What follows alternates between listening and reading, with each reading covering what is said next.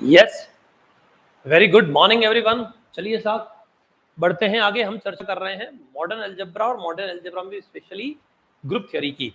और group theory का जो आखिरी चैप्टर हम देख रहे हैं जिसका की नाम है ग्रुप मॉर्फिज्म, और उसको आज हम फिनिश कर लेंगे। ठीक है साहब, तो आज इसका आखिरी दिन है, आखिरी इसकी क्लास है जिसको हम आगे बढ़ाते हैं। काउंटिंग ऑफ ग्रुप मॉर्फिज्म हमें देखना है। हालांकि पिछली क्लासेस के अंदर हम इनर ऑटोमॉर्फिज्म और उससे रिलेटेड ये 45 प्रॉपर्टीज तक की चर्चा कर चुके हैं। फिर से एक बार देख लीजिए। ठीक है साहब, इनर ऑटोमॉर्फिज्म आखिरी क्लास में हमने देखा था, और ऑटोमॉर्फिज्म का सेट क्या होता है वगैरह, ये पिछली क्लासेस में हमने कुछ फंडामेंटल थ्योरम जो है वो समझी थी कि फंडामेंटल थ्योरम से कितने जो है ग्रुप मॉर्फिज्म बनते हैं। ये सारा मैंने आपको एक्सप्लेन किया था पिछली क्लास के अंदर। ठीक है साहब, इनर ऑटोमॉर्फिज्म मतलब इस पैटर्न का जो भी ग्रुप मॉर्फिज्म होता है, F A of x is equal to A X A inverse, इस ग्रुप मॉर्फिज्म को क्या बोलते हैं? इनर ऑटोमॉर्फिज्म बोलते हैं। Every inner automorphism is always an automorphism. हर इनर ऑटोमॉर्फिज्म ऑटोमॉर्फिज्म होता है, लेकिन हर ऑटोमॉर्फिज्म इनर ऑटोमॉर्फिज्म होगा ऐसा जरूरी नहीं है। I double N of G को बोलते हैं set of all inner automorphism defined on G. G पे जितने भी इनर ऑटोमॉर्फिज्म हैं उनके सेट को I double N G, inner of G ऐसा लिखते हैं। और inner of G is always subgroup of outer of automorphism of G, है ना। तो जी के सभी ऑटोमॉर्फिज्म का सेट और जी के सभी इनर ऑटोमॉर्फिज्म का सेट, तो ये इनर ऑटोमॉर्फिज्म का जो सेट है वह ऑटोमॉर्फिज्म के सेट का सब ग्रुप होता है, right. G by ZG is always isomorphic to inner automorphism. G by ZG हमेशा inner automorphism of G के आइसोमॉर्फिक होता है। इसीलिए आपसे क्वेश्चन किया गया है कि इनर ऑटोमॉर्फिज्म का ऑर्डर क्या नहीं हो सकता है इनमें से, क्योंकि इनर ऑटोमॉर्फिज्म इसके आइसोमॉर्फिक होता है।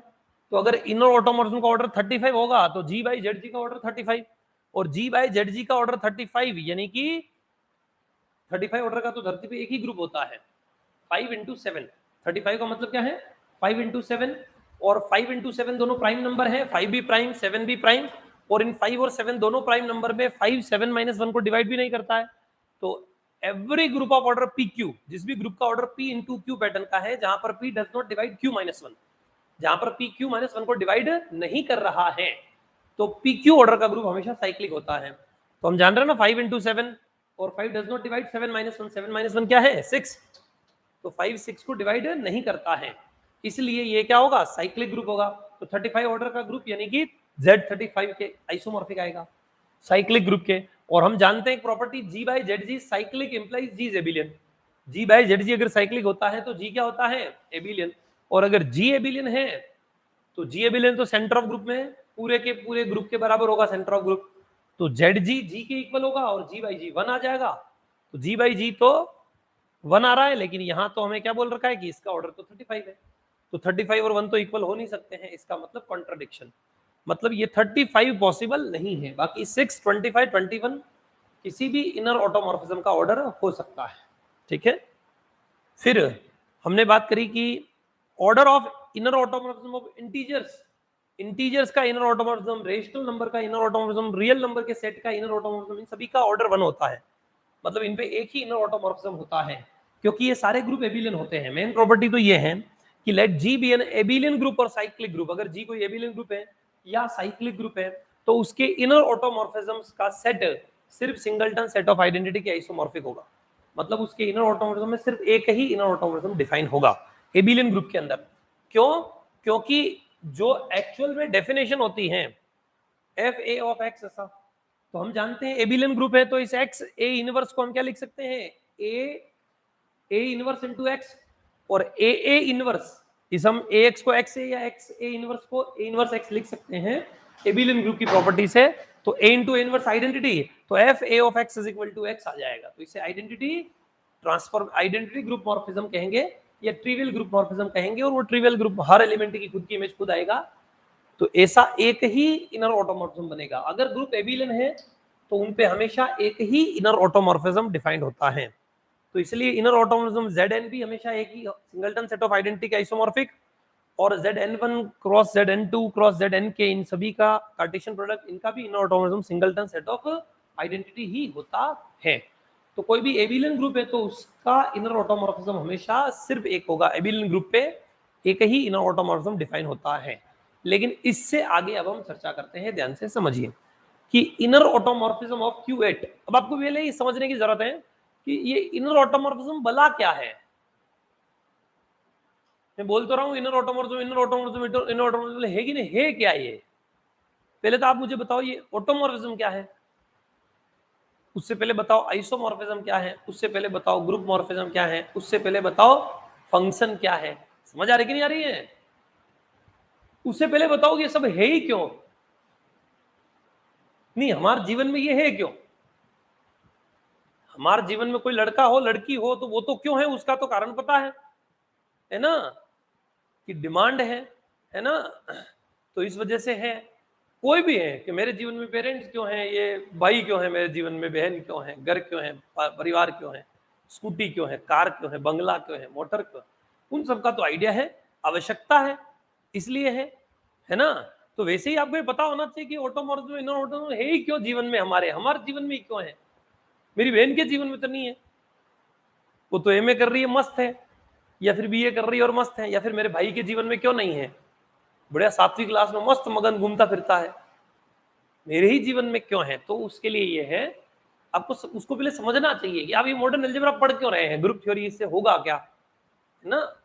इसको पढ़ लेने से होना जाना क्या है, क्यों पढ़ रहे हैं।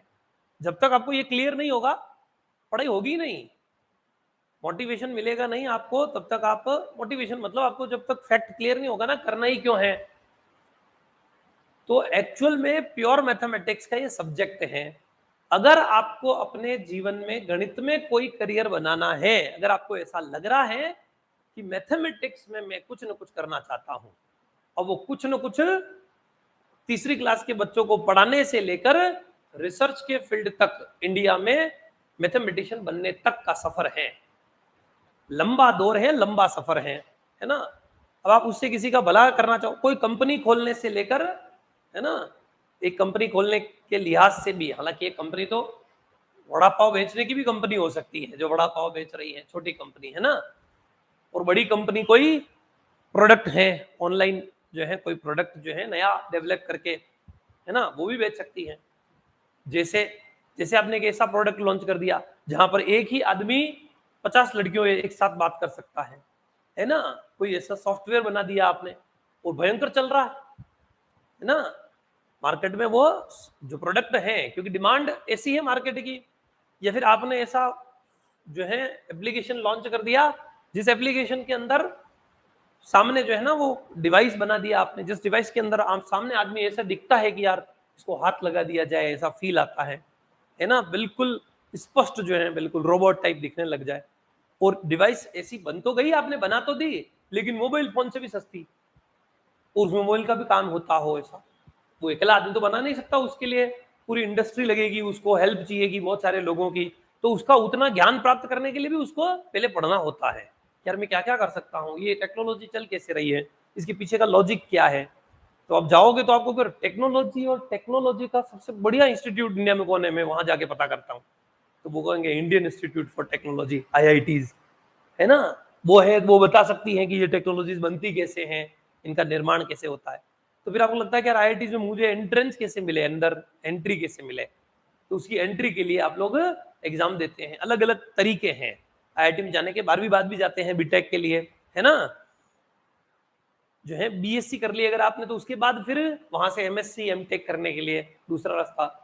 फिर आप वो उसमें भी आपको पता ही नहीं है और आप नहीं जा पाए, तो फिर आप रिसर्च करने के लिए, PhD करने के लिए, वहां से जो है पोस्ट डॉक करने के लिए, बहुत सारे रास्ते हैं IIT में जाने के। लेकिन IIT में तीसरी क्लास नहीं होती, है ना, 10वीं क्लास नहीं होता, IIT में 12वीं क्लास नहीं होता। तो IIT में जाने के लिए राइट टाइम या तो 12वीं के बाद है, या फिर ग्रेजुएशन के बाद, या पोस्ट ग्रेजुएशन के बाद, है ना, या फिर PhD के बाद पोस्ट डॉक करने के लिए भी IIT जाते हैं। तो ये जो बड़े संस्थान हैं, जिन संस्थानों से करोड़ों के पैकेजेस देके बच्चों को ले जाया जाता है, इंडिया की ही कंपनीज में और फॉरेन कंपनीज के अंदर। अगर आप ऐसा कुछ मानस रखते हैं, आपको अगर कहीं ऐसी इंडस्ट्री में जाना है, तो एजुकेशन इंडस्ट्री से लेकर टेक्नोलॉजी तक की सारी इंडस्ट्रीज में मैथमेटिक्स काम आती है, साइंस काम आती है ना। जैसे फिजिक्स, टेक्नोलॉजी, मैथमेटिक्स के बिना जीवित नहीं रह सकता है, तो वो उसका पर्याय है, इसलिए मैथमेटिक्स तो आपको सीखनी ही पड़ेगी, तो बेसिक है। तो अगर आप इसको सीख लग जाते हैं तो जो भी मार्केट में टेक्नोलॉजी चल रही है उससे समअप कर पाएंगे, रिलेट कर पाएंगे, है ना। आप आईआईटी में जाते हैं, कोई टेक्नोलॉजी बन रही है, आपने उसमें से गणित निकाल के और बता दिया उनको कि देखो भाई तुम इस तरीके से काम करो, तुम्हारा काम जल्दी हो जाएगा। कोई फॉर्मुलेशन दे दिया फंडामेंटल, तो उनको पता रहता है कि ऐसे रोज देते हैं, तो हमें जरूरत है गणित वालों की। इसीलिए उन्होंने टैग लगा रखा है कि 12th मैथमेटिक्स से जिसने पास किया है वही एलिजिबल कैंडिडेट्स हैं, है ना। जिन्होंने 12th में मैथ्स नहीं था, दूसरा कोई सब्जेक्ट था, तो अब या तो अब पास करो मैथ्स में 12th, या फिर मैथ्स वाले ही एलिजिबल है। अब तो धीरे धीरे खैर एमबीए और आर्ट्स और वो भी खोल रहे हैं आईआईटी वाले, कि आर्ट्स में भी अब जो है वो फील्ड कॉमर्स आर्ट्स भी बैकग्राउंड लेके आ रहे हैं। पर फिर भी अब तक तो क्या था, गणित वाले को ही वहां पर, वो भी सारी आईआईटीज नहीं है, आर्ट्स में और कॉमर्स में कुछ इक्की दुक्की को गवर्नमेंट ने फोर्स किया है कि तुम चालू करो, तो उन्होंने कहा ठीक ठीक सर चालू कर रहे हैं, तो उन्होंने ऐसे एक दो कॉलेज में चालू कर दिया। 7 इंडिया के 7 कॉलेज में शायद होती है एमबीए, आईआईटीज में, आईआईटी से एमबीए भी, और हालांकि आईआईएम है उनके लिए अलग से, उनके लिए अलग से बड़े बड़े संस्थान हैं, पर वो कहते हैं नहीं नहीं, हमें तो तुमसे लेना देना है, तुम तगड़ा काम कर रहे हो, है ना, तो तुम ही कुछ करो, तुम 8 सालों को पढ़ाओगे तो भी तगड़ा ही पढ़ाओगे। तो ऐसा कुछ किया जा रहा है। तो एक बड़ी एजुकेशन इंडस्ट्री है जो मार्केट में क्या करती है, जो लेबर्स हैं उनको प्रोवाइड करवाती है। लेबर्स मतलब क्लासी लेबर, एक प्रकार की तो लेबर होती है जो मजदूरी करती है, एक वो लेबर होती है जो 25-30 लाख की कार में आ रही है, 25-30 लाख की कार में जा रही है, 2-3 घंटे बैठ के काम करती है, वो लेबर है, वो भी लेबर ही है ना। वर्क फोर्स है वो, है ना, कंपनीज के लिए काम करती है ना, बैक हैंड में पूरी कंपनी का पूरा सिस्टम मैनेज कर रही है। पर वो उसमें फिर लोग होते हैं कुछ, है ना, उनको आईटी प्रोफेशनल्स बोलते हैं, है ना, काम करना। तो आपको एक तो उस इंडस्ट्री में जाना है जिसमें साइंस को हमेशा निभाना है जीवन भर, ठीक है। दूसरा होता है कि आप गणित पढ़ लिए, एजुकेशन इंडस्ट्री में मार साहब बेंजी बन जाओ, है ना, असिस्टेंट प्रोफेसर से लेके मार साहब बेंजी तक कुछ भी बन सकते हैं, उसमें भी आप जो है इसका यूज कर सकते हैं, वहां पर भी ये काम आएगा। गणित का अच्छा पोर्शन है, और इस गणित के अच्छे पोर्शन में आधार है सेट रिलेशन फंक्शन, और उस फंक्शन का आगे का रूप प्रारूप क्या है, ग्रुप मॉर्फिज्म, और उसी ग्रुप मॉर्फिज्म के अंदर क्या आता है आगे, आइसोमॉर्फिज्म, और उस आइसोमॉर्फिज्म में और अगर ग्रुप दोनों सेम हो तो ऑटोमॉर्फिज्म, और उस ऑटोमॉर्फिज्म की एक खास शक्ल हो तो उसे इनर ऑटोमॉर्फिज्म कहते हैं। कैसी शक्ल, F A of x is equal to A X A inverse, इस पैटर्न का अगर कोई ऑटोमॉर्फिज्म है तो उस ऑटोमॉर्फिज्म को इनर ऑटोमॉर्फिज्म कहते हैं। सर इस इनर ऑटोमॉर्फिज्म से होता जाता क्या है, कहां काम आ जाता है, बहुत सारे क्वेश्चन निभाने के लिए काम आएगा। मैं आगे आपको दिखाऊंगा अलग अलग किस्म के सवाल, तो आपको दिखेगा यहाँ पर इनर, जैसे अभी एक जलवा दिखाया था आपको कि इस इनर ऑटोमॉर्फिज्म का ऑर्डर क्या नहीं हो सकता है। अभी ऑर्डर तो इसका देखना था, लेकिन हम इसको किसके आइसोमॉर्फिक होता है, जी बाय जेड जी के। तो जेड जी तो कितना इंपॉर्टेंट है जीवन में, है ना, तो जेड जी इंपॉर्टेंट है, वैसे ही ये जेड जी मतलब सेंटर ऑफ ग्रुप, वो वाले नहीं, है ना। जेड जी जो घरों में होते हैं वो जी बाई जेड जी, है ना, इसको जेड जी पुकारेंगे, सेंटर ऑफ ग्रुप। तो सेंटर ऑफ ग्रुप जो है वो क्या होता है, ऐसे ग्रुप के एलिमेंट्स जो ग्रुप के सभी एलिमेंट्स के साथ क्या करते हो, कम्यूट करते हो, ग्रुप का एक पूरा का पूरा सेंटर, है ना। तो वो सेंटर जी बाई जेड जी के आइसोमॉर्फिक होता है, और जी बाई जेड जी हम जानते हैं, G by Z G cyclic implies G abelian. अगर G by Z G cyclic हो जाएगा तो जी एबिलियन हो जाएगा, और जी एबिलियन हो गया तो उसके सेंटर में तो पूरा ग्रुप होता है, पूरा ग्रुप ही उसका सेंटर होता है। एबिलियन ग्रुप का सेंटर पूरा का पूरा ग्रुप होता है।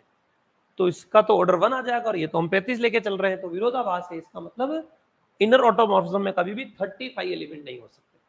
सिमिलरली इनर ऑटोमॉर्फिज्म में कभी भी प्राइम नंबर ऑफ एलिमेंट्स नहीं हो सकते। इनर ऑटोमॉर्फिज्म में अगर प्राइम नंबर हुए p, तो इनर ऑटोमॉर्फिज्म का ऑर्डर p है, तो ये ग्रुप किसके आइसोमॉर्फिक होगा, zp के, और zp साइक्लिक होता है तो g by Z G abelian, और g by Z G abelian तो एक ऑर्डर आ जाएगा, और इधर हम p ऑर्डर लेके चल रहे हैं तो विरोधाभास आ जाएगा। तो इसलिए इनर ऑटोमॉर्फिज्म में कभी भी क्या नहीं होते हैं, प्राइम जो है एलिमेंट्स नहीं होते, नंबर ऑफ एलिमेंट्स जो है वो प्राइम नहीं होंगे इस सेट में। ये सेट है ING, मतलब G से G पे डिफाइन होने वाले जितने भी इनर ऑटोमॉर्फिज्म है उनका सेट। हो सकता है एक ग्रुप से उसी ग्रुप के ऊपर जो है कोई 6 इनर ऑटोमॉर्फिज्म आ जाए, कभी 4 आ जाए, समझ आ रहा है ना, कभी 8 आ जाए, कभी 10 आ जाए, 9 आ जाए, ऐसे ऐसे, लेकिन प्राइम नंबर कभी नहीं होंगे, क्योंकि ग्रुप साइक्लिक हो जाएगा। तो G/ZG इज साइक्लिक, ये साइक्लिक तो G/ZG साइक्लिक, G/ZG साइक्लिक तो G इज एबिलियन, ये प्रॉपर्टी है, पीछे बताया था। G/ZG cyclic implies G is एबिलियन, और G एबिलियन होगा तो ये 1 हो जाएगा, 1 हो जाएगा तो गड़बड़ हो जाएगा। हम P लेके चल रहे हैं और 1 कैसे आ सकता है, तो इसलिए हाँ 35 तो प्राइम नहीं है, इसमें तो हमने PQ वाला ऑर्डर लगाया। ये तो हमने 35 हमेशा 35 ऑर्डर का ग्रुप हमेशा एबिलियन ही सॉरी साइक्लिक ही होता है।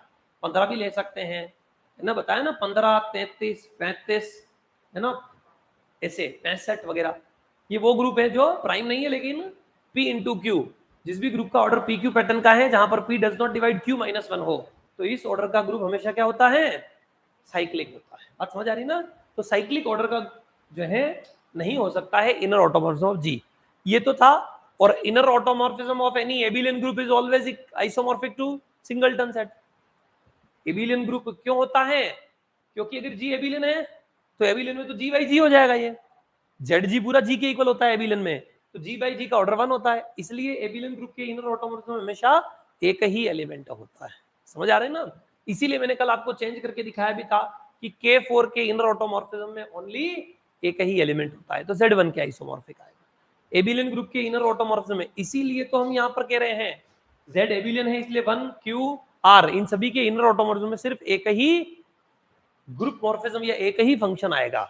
इनर ऑटोमॉर्फिज्म मतलब क्या है, एक फंक्शन जो f of a star b बराबर f of a o f of b वाली डेफिनेशन को भी सेटिस्फाई करे, जो 1 भी हो, जो ऑन टू भी हो, और उसमें जो दोनों ग्रुप है वो दोनों ग्रुप सेम भी हो, और उस फंक्शन की शक्ल ax a इनवर्स जैसी हो, तो ऐसे फंक्शन को क्या कहते हैं, इनर ऑटोमॉर्फिज्म। इनर ऑटोमॉर्फिज्म क्या क्या होता है, एक रिलेशन होता है पहले, फिर वही एक फंक्शन भी होता है, फिर वही 1 फंक्शन भी होता है, ऑन टू फंक्शन भी होता है, वही ग्रुप मॉर्फिज्म भी होता है, वही मोनोमॉर्फिज्म, वही इपीमॉर्फिज्म, वही आइसोमॉर्फिज्म, वही इंडोमॉर्फिज्म, वही ऑटोमॉर्फिज्म, और 11वां वो जाके फिर क्या होता है, इनर ऑटोमॉर्फिज्म। कितना खतरनाक है, समझ आ रही कि नहीं आ रही। कोई भी व्यक्ति खतरनाक तभी होता है जब वो ज्यादा से ज्यादा प्रॉपर्टीज को फॉलो करता हो। ज्यादा से ज्यादा प्रॉपर्टीज मतलब ज्यादा से ज्यादा नियमों पर चलने वाला इंसान सबसे ज्यादा खतरनाक होता है। खतरनाक मतलब तगड़ा, है ना, जैसे नरेंद्र मोदी है, बहुत ज्यादा नियमों पर चलना पड़ता है। अभी नहीं, पहले जब कुछ नहीं था तब भी, अब तो मजबूरीवश चलना पड़ता है, मजबूरीवश नहीं अपनी इच्छा से, है ना। और मजबूरीवश भी अगर किसी को बिल्कुल एक ही डायरेक्शन में चलाया जाए तो वो उसमें आगे बढ़ जाता है। मजबूरीवश भी कई ऐसे हैं जिनमें बेटा तो डब्बा है लेकिन पेरेंट्स बहुत तगड़े हैं, तो उन्होंने उसको हाँ के चाबुक लगा लगा के जो है खुद के चेयर पर बैठना सिखा दिया, और इवन एक अधिकारी की चेयर पे बैठना सिखा दिया, है ना, और बिठा भी दिया। ऐसा भी होता है। और कहीं अपने पेरेंट्स अगर अवेयर नहीं है तो फिर खुद को अपने बलबूते पर अपने ऊपर बाउंडेशंस लगाने होते हैं। बाउंडेशंस मतलब नियम, नीति, कायदे, कानून, है ना। बाकी हमारा मन तो यूं ही होता है कि एक वेब सीरीज देख ली जाए, बढ़िया तकिया लगाया जाए पीछे और पांव लंबे किए जाए, कूलर बुलर एसी वैसी कुछ, एसी तक की तो बात शायद ही है, एसी वाले तो पढ़ नहीं सकते हैं, रेयर ऑफ द रेयर, जिसके खुद के घर में कमरे में एसी है ऐसे वाले लोग पढ़ाई कम होती है। पढ़ना खाने का काम नहीं है, एसी में खाया जा सकता है ना, एसी में पढ़ा नहीं जा सकता है। इन जनरल बात कर रहा हूं, हम मेरे से तो नहीं होता, है ना। मैं तो जैसे ही बैठता हूँ फिर लहर आती है, नींद आती है, यूं ही लगता है एक मूवी का माहौल जम गया है ना। तो वो इंजॉयमेंट के लिए है जितनी लाइफ। पढ़ने के लिए तो पंखा भी एक पे किया जाता है, और कभी कभार तो नींद आ रही है तो मुंह धोया जाता है, चाय पी जाती है, दौड़ा जाता है, चला जाता है, घूम फिर के पढ़ा जाता, संघर्ष है ना, खाने का काम नहीं है, है ना। तो इसलिए पढ़िए, है ना, इसलिए पढ़ना जरूरी है। ज्यादा से ज्यादा रेस्ट्रिक्शंस अपने ऊपर अपनी इच्छा से लगाइए, स्वयं की इच्छा से, और आपको एक भीनी भीनी सी जो है महक आएगी जिस दिन आप 7-8 घंटे पढ़ लिए। जिस दिन आपकी जम के पढ़ाई हो गई ना, उसके बाद आप गुनगुना रहे हैं, गाना गा रहा है, वो आदमी ये क्या हो गया आज, है ना। प्रेम भी सड़ चढ़ के बोलेगा। और जिस दिन आपने सोच के देखना, अभी आप उस एज में आए नहीं, आएंगे तो पता चलेगा। अभी तो आपको क्या रियलाइज भी नहीं होता है, आप अभी अलग ही प्रकार की दुनिया में हैं, बाद में रियलाइज होगा। जिस दिन आपके 7-8 घंटे वेस्ट हो गए, चीटिंग कर ली, फोन देख लिया, वेब सीरीज देख ली, मूवी देख ली, कुछ कर ली, उस दिन फिर शाम को दुख होता है कि हाय राम, कहां जा रही है जिंदगी, लोग कहां जा रहे, दुनिया कहां जा रही है, और मेरा, और 5-7 दिन तबाह हो जाए तो फिर यूं मन यूं लगने, जीव घबरा रहा है मेरा। और अगर आपके ऐसे जीव नहीं घबरा रहा है तो डॉक्टर को दिखाओ, घबराना चाहिए। अगर काम वाम चल नहीं रहा है, कुछ ठीक ठाक है नहीं, है ना लाइफ में, और फिर भी आप मस्त मौला घूमे फिरे जा रहे हो, है ना, तो इसलिए क्या है, आपको चिंता होनी चाहिए, है ना। जैसे इन दिनों को कभी कभी चिंता होती, आकांक्षाओं कम होती है, पर इन दो को थोड़ी ज्यादा होती है, तो चिंता होनी चाहिए, है ना। चिंता और चिंतन जरूरी है, उसके बिना काम चलेगा नहीं, है ना। इसलिए इनर ऑटोमॉर्फिज्म के पास 11 रेस्ट्रिक्शंस हैं। इतने रेस्ट्रिक्शंस लगेंगे तब जाके वो इनर ऑटोमॉर्फिज्म होगा। अगर इनमें से एक भी फेल हो गया तो खेल खत्म। समझ आ रही ना। अगर कोई फंक्शन ना हो तो इनर ऑटोमॉर्फिज्म नहीं हो सकता। अगर कोई 1-1 फंक्शन ना हो तो इनर ऑटोमॉर्फिज्म नहीं हो सकता। अगर कोई 1-2 फंक्शन ना हो तो भी इनर ऑटोमॉर्फिज्म नहीं हो सकता। अगर कोई ग्रुप मॉर्फिज्म नहीं है तो भी वो इनर ऑटोमॉर्फिज्म नहीं हो सकता, है ना। अगर वो मोनोमॉर्फिज्म, इपीमॉर्फिज्म, इंडोमॉर्फिज्म, आइसोमॉर्फिज्म, ऑटोमॉर्फिज्म, इनमें से कुछ भी ना हो तो भी वो इनर ऑटोमॉर्फिज्म नहीं हो सकता, क्योंकि इनर ऑटोमॉर्फिज्म ये सब भी होता है।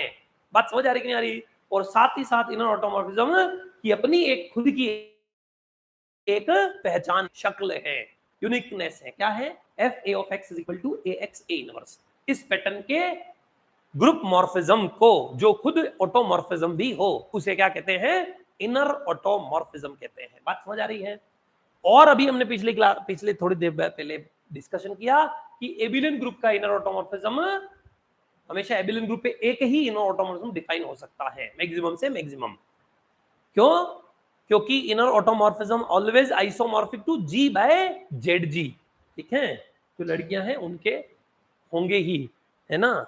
रियल जेड जी हो, रियल नहीं होंगे तो कजिन वजिन होंगे, पर जेड जी आने वाले समय में तो जी बाय जेड जी, है ना। तो ये जी बाय जो जेड जी है इनर ऑटोमॉर्फिज्म इसके आइसोमॉर्फिक होता है। और अगर जी एबिलियन तो Z G is equal to G, तो G by G that is 1। तो इसलिए इनर ऑटोमॉर्फिज्म में, एबिलियन ग्रुप के इनर ऑटोमॉर्फिज्म में मैक्सिमम एक इनर ऑटोमॉर्फिज्म डिफाइन हो सकता है। ये आई एन ऑफ जी का मतलब क्या होता है? जी पे डिफाइन होने वाले, आई एन ऑफ जी का मतलब है जी पे डिफाइन होने वाले सभी इनर ऑटोमॉर्फिज्म का सेट। क्या सर एक सेट पे एक से ज्यादा इनर ऑटोमॉर्फिज्म भी डिफाइन हो सकते हैं क्या? मुझे बताइए, एक सेट पे Z5 से Z5 पे कितने फंक्शन हो सकते हैं?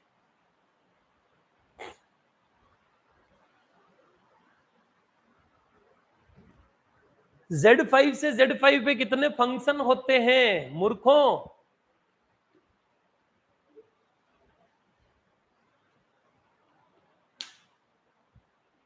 हाँ जी। अरे 5 की पावर 5, शर्मा क्यों रहे हो, है ना। ससुर जी तो हूं नहीं मैं, या फिर कोई जेठ जी वेठ जी जैसा भी कोई मामला है नहीं, है ना। कोई शर्माने का है ही नहीं। शर्माना इस जमाने में, शर्माना जिनको क ख ग नहीं आ रहा, 10वीं फेल है, वो स्टेज पे डांस कर रहे हैं, दौड़ रहे हैं इधर उधर, और है ना प्रदर्शन कर रहे हो, शर्मा नहीं रहे, है ना। क ख ग नहीं आ रहा, स्कूटी ले लेके दौड़ रहे हैं, रोज देखते रहता हूँ। छोरे हुए, छोरियां हुई, सब आ गए, इवन इंक्लूडिंग। क ख ग नहीं पता जीवन का उनको, उनको शर्म नहीं आ रही। और तुमको शर्म आ रही, जिनको इतना ज्ञान है, साइंस में हो, ग्रेजुएशन पढ़ रहे हो इतना, और वो आर्ट्स के और फुल कॉन्फिडेंस होकर दौड़ रहे हैं। आर्ट्स साइंस से कोई फर्क नहीं पड़ रहा, वास्तव में कुछ नहीं आता है। मैं तो क्या पता भी करते रहता हूँ, मेरे रिलेटिव भी होते हैं, तो उनसे पूछते रहता हूँ, अच्छा क्या बात है, इतना कॉन्फिडेंस, आनंद है, बता दे राष्ट्रपति का नाम, कि भैया आप क्या है, यही लाइफ थोड़ी है, लाइफ कुछ और भी है। मैंने कहा भाई और भी है लाइफ जीवन में, पर पहले आइडिया तो होना चाहिए। मैंने कहा चल राष्ट्रपति छोड़, हटा, राष्ट्रपति साइड में हटा दो, ड्रीम 11 का फाउंडर, कि भाई हम टीम बनाता हूं, मैं फाउंडर का ध्यान क्यों रखूंगा? आप तो भैया थियोरिटिकल सवालों पे ध्यान देते हैं, है ना। एक बड़े रिलेटिव गांव गया था मैं, अब गांव जाऊंगा तो मेरा काम ऑब्जर्वेशन का है, धरती पे देखते रहो लोगों को और फिर ऑब्जर्व करके वहां से कुछ निकालने का है ना।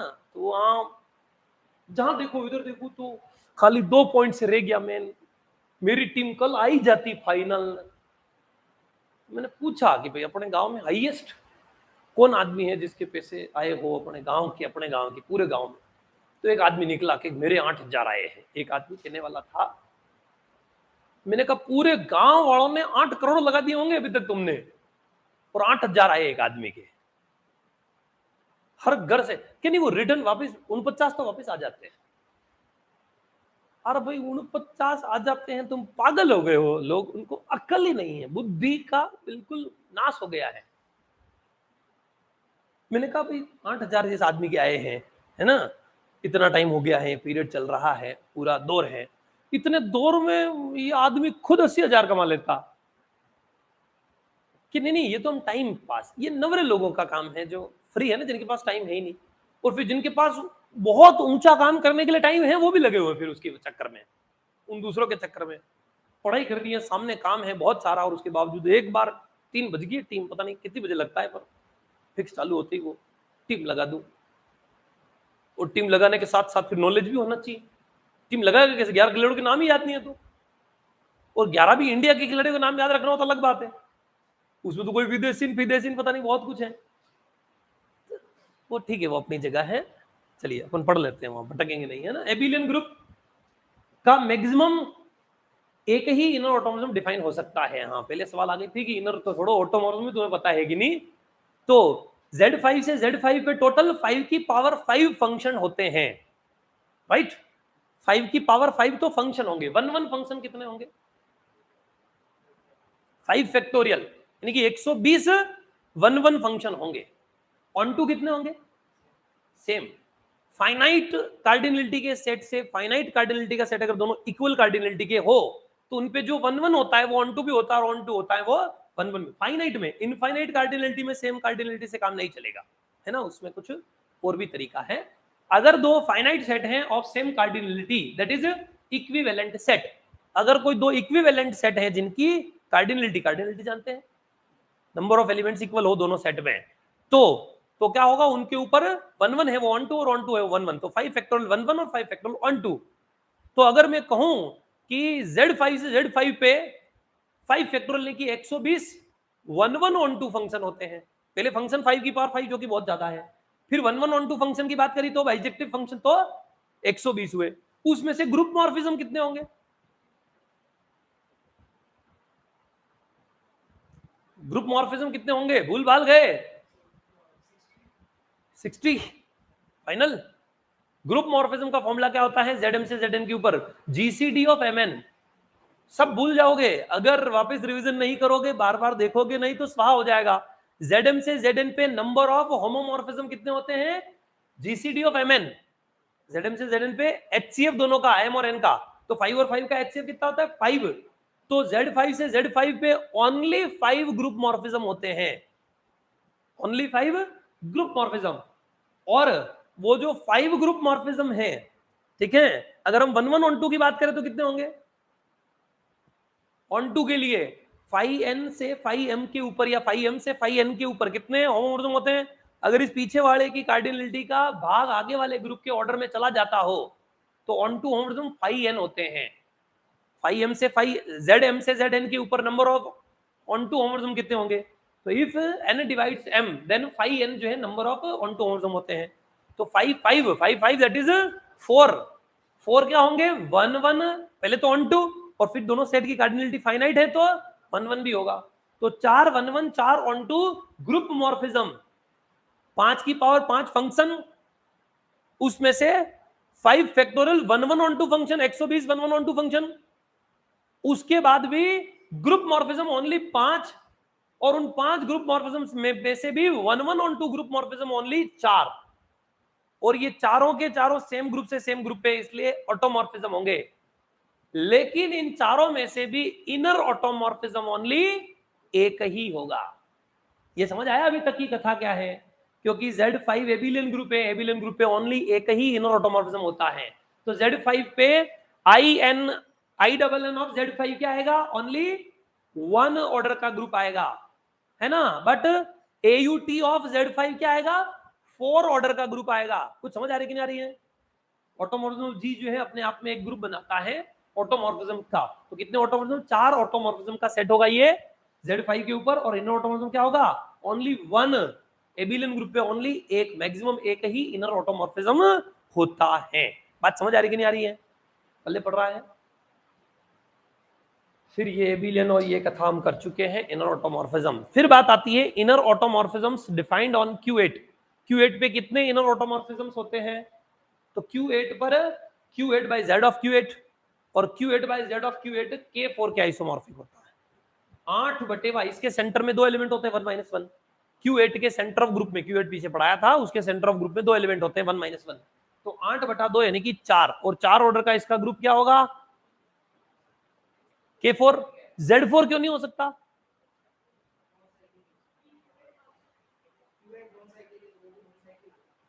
Q8 नॉन साइक्लिक है। अगर G नॉन साइक्लिक है तो उसका क्वोशंट ग्रुप भी नॉन साइक्लिक होगा, ऐसा जरूरी नहीं है।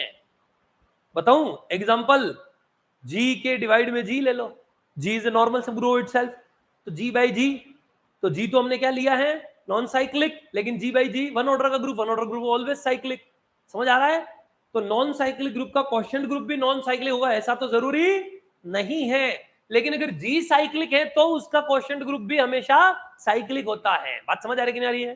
तो अगर मैं यहां पर क्या ले लूं? साइक्लिक ग्रुप ले लूं, तो हम G साइक्लिक नहीं लिया है हमने। G साइक्लिक लेते तो G बाई ZG भी साइक्लिक आ जाता। समझ आ रही है? लेकिन हमने क्या लिया है? इसको साइक्लिक लिया, तो G by ZG is cyclic. G by ZG cyclic implies G is एबिलियन, वो प्रॉपर्टी लगेगी। तो G बाई ZG साइक्लिक है तो G एबिलियन, लेकिन G एबिलियन नहीं है, G तो क्या है? नॉन एबिलियन। तो इसलिए हम इसको Z4 के आइसोमॉर्फिक नहीं ले सकते हैं। तो इसका 4 ऑर्डर का कौन सा ग्रुप आएगा? K4 ही आएगा फिर। तो ये K4 के आइसोमॉर्फिक होता है inner automorphism Q8। Inner automorphism of SN, इनकी वैल्यू 3 से बड़ी है बराबर नॉन एबिलियन के केस में। हमेशा इसका इनर ऑटोमॉर्फिज्म क्या होगा? क्योंकि SN के सेंटर में हमेशा ओनली एक ही एलिमेंट होता है, तो SN by centre of SN क्या होगा? Only SN by 1 n factorial by 1। तो n फैक्टोरियल ऑर्डर का यानी कि SN के ही आइसोमॉर्फिक आएगा। वापिस अब वो Z ऑफ n फैक्टोरियल नहीं आ सकता, क्योंकि साइक्लिक और साइक्लिक मतलब तो नॉन साइक्लिक ग्रुप यानी कि SN। तो SN का इनर ऑटोमॉर्फिज्म SN के ही आइसोमॉर्फिक होता है। D4 का इनर ऑटोमॉर्फिज्म, अब इसमें तो अलग अलग कथाएं हैं, है ना। अलग मतलब DN नहीं लिखा है, चलो ठीक है। तो D4 D5 लिखा तो ऑड में अलग, इवन में अलग अलग आएगा, क्योंकि सेंटर ऑफ ग्रुप में अलग एलिमेंट हो जाते हैं ना। इवन में सेंटर ऑफ ग्रुप में दो एलिमेंट होंगे, तो ये क्या हो जाएगा? 8/2 यानी कि 4 ऑर्डर के ग्रुप यानी K4 का आइसोमॉर्फिक। लेकिन ऑड के केस में सेंटर में एक ही एलिमेंट आएगा, तो inner automorphism D5 is always D5। Inner automorphism D6, तो इसमें क्या जाएगा? D6 मतलब 12/2, इसके सेंटर में दो एलिमेंट, 12/2 दैट इज 6, तो 6 ऑर्डर का नॉन एबिलियन ग्रुप S3 होगा। इससे ज्यादा पूछते नहीं है, 3 ही जरूरत पड़ती है, इसलिए 3 लिखवा दिए हैं। बात समझ आ रही है? Order of inner automorphism of S3 cross D4 और order of inner automorphism of K4 cross D4 cross S4 क्या होगा?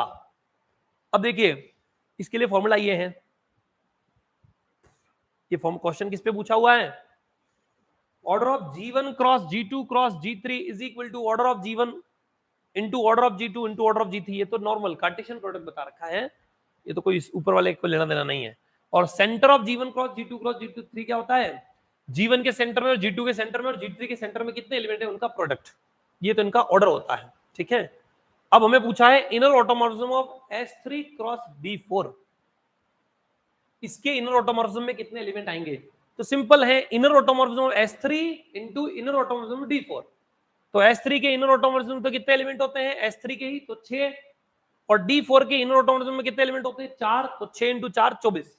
समझ आ रही है? K4 के इनर ऑटोमॉर्फिज्म में 1, D4 के इनर ऑटोमॉर्फिज्म में 4 और S4 के इनर ऑटोमॉर्फिज्म में 24। S4 में S4 ही होते हैं, तो 24 इंटू 4 24 चौक 96 96, और K4 में तो 1 होगा। सर K4 में 1 क्यों होता है? K4 के इनर ऑटोमॉर्फिज्म में एक एलिमेंट, क्योंकि एबिलियन ग्रुप है, एबिलियन ग्रुप के इनर ऑटोमॉर्फिज्म में एक ही एलिमेंट होता है। और D4 में कितने होंगे? तो 4। और S4 में कितने होंगे? तो S4 में जितने एलिमेंट होते हैं 24। तो समझ आ रहा है? ऐसे 96 देख लेते हैं। फिर ये तो कार्टेशियन प्रोडक्ट का फॉर्मूला है ऑर्डर देखने के लिए। G1 cross G2 by G1 cross E2 is isomorphic to G2। Exam में एक क्वेश्चन आया था, अगर आपने टेस्ट दिया हो, है ना, अगर टेस्ट नहीं दिया हो तो दे देना, एक सवाल सही हो जाएगा। इसी प्रॉपर्टी पे बेस्ड क्वेश्चन था, है ना। एग्जाम मतलब कल जो संडे को एक एग्जाम था, हमने रखा था, है ना, कि कहीं जो है आप लोग दे देवे, तो ऐसे ऑनलाइन था, ठीक है। पर अभी तक नहीं दिया हो तो घर जाके दे देना, ठीक है साहब। मस्ती से उस पेपर को दीजिएगा।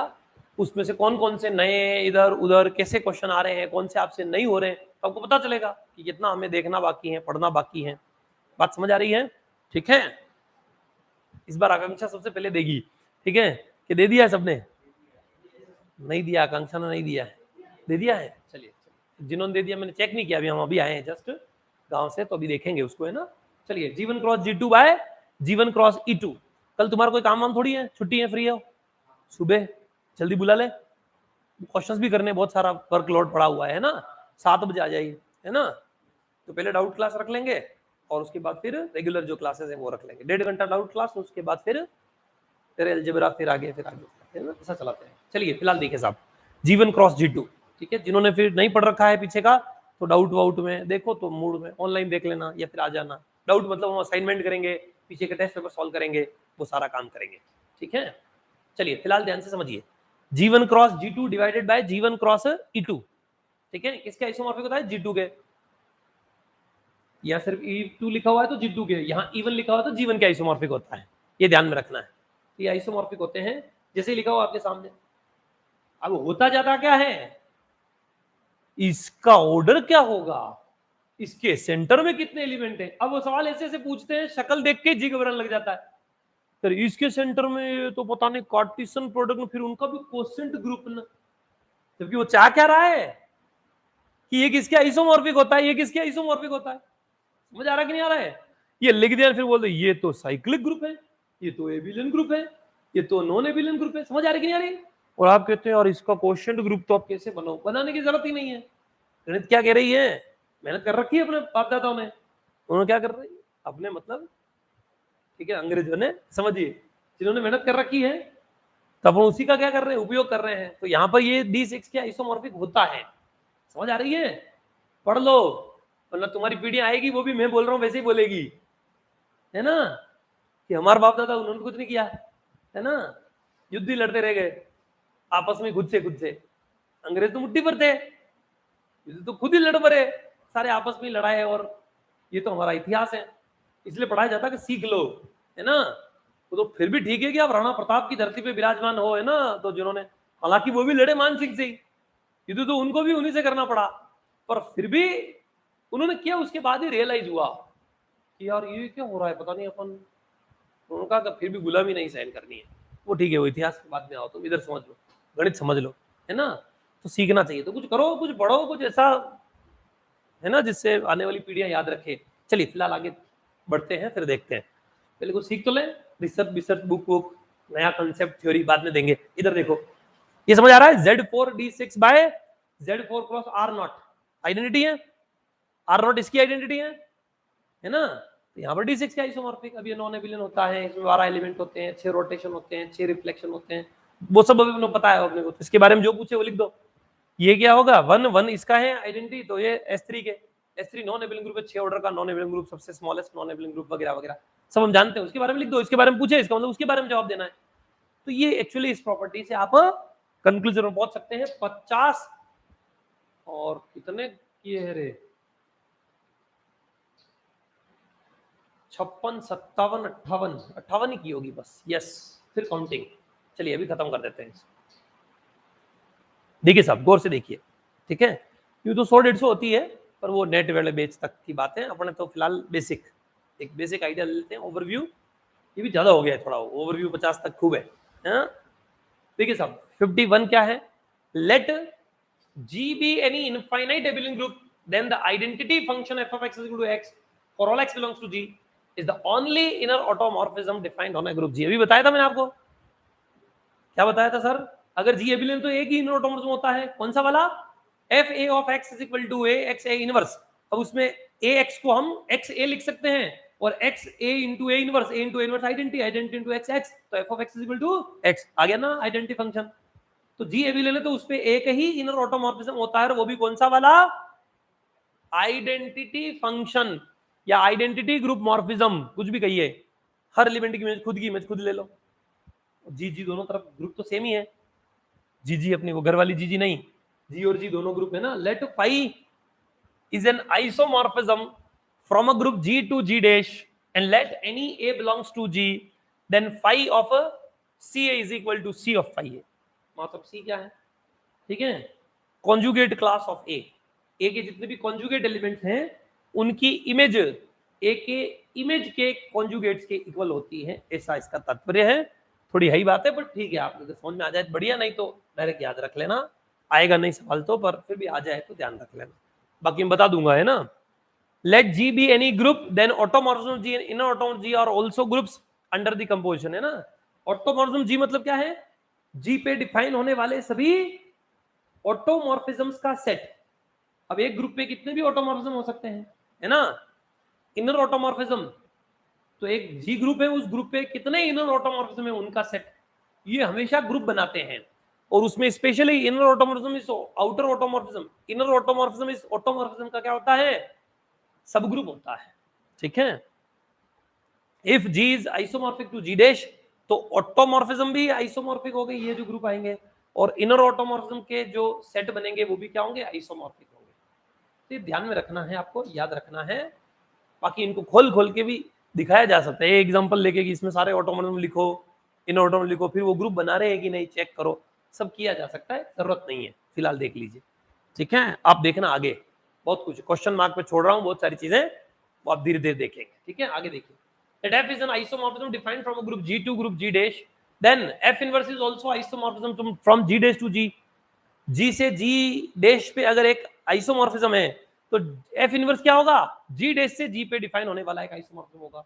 G एबिलियन है तो G dash भी एबिलियन और G dash एबिलियन होता है तो G भी एबिलियन ही होता है। अगर f आइसोमॉर्फिज्म है तो आइसोमॉर्फिक मतलब सेम लूण एंड लक्षण, G साइक्लिक तो G dash cyclic, G dash cyclic तो G साइक्लिक, सेम लूण और लक्षण होने चाहिए।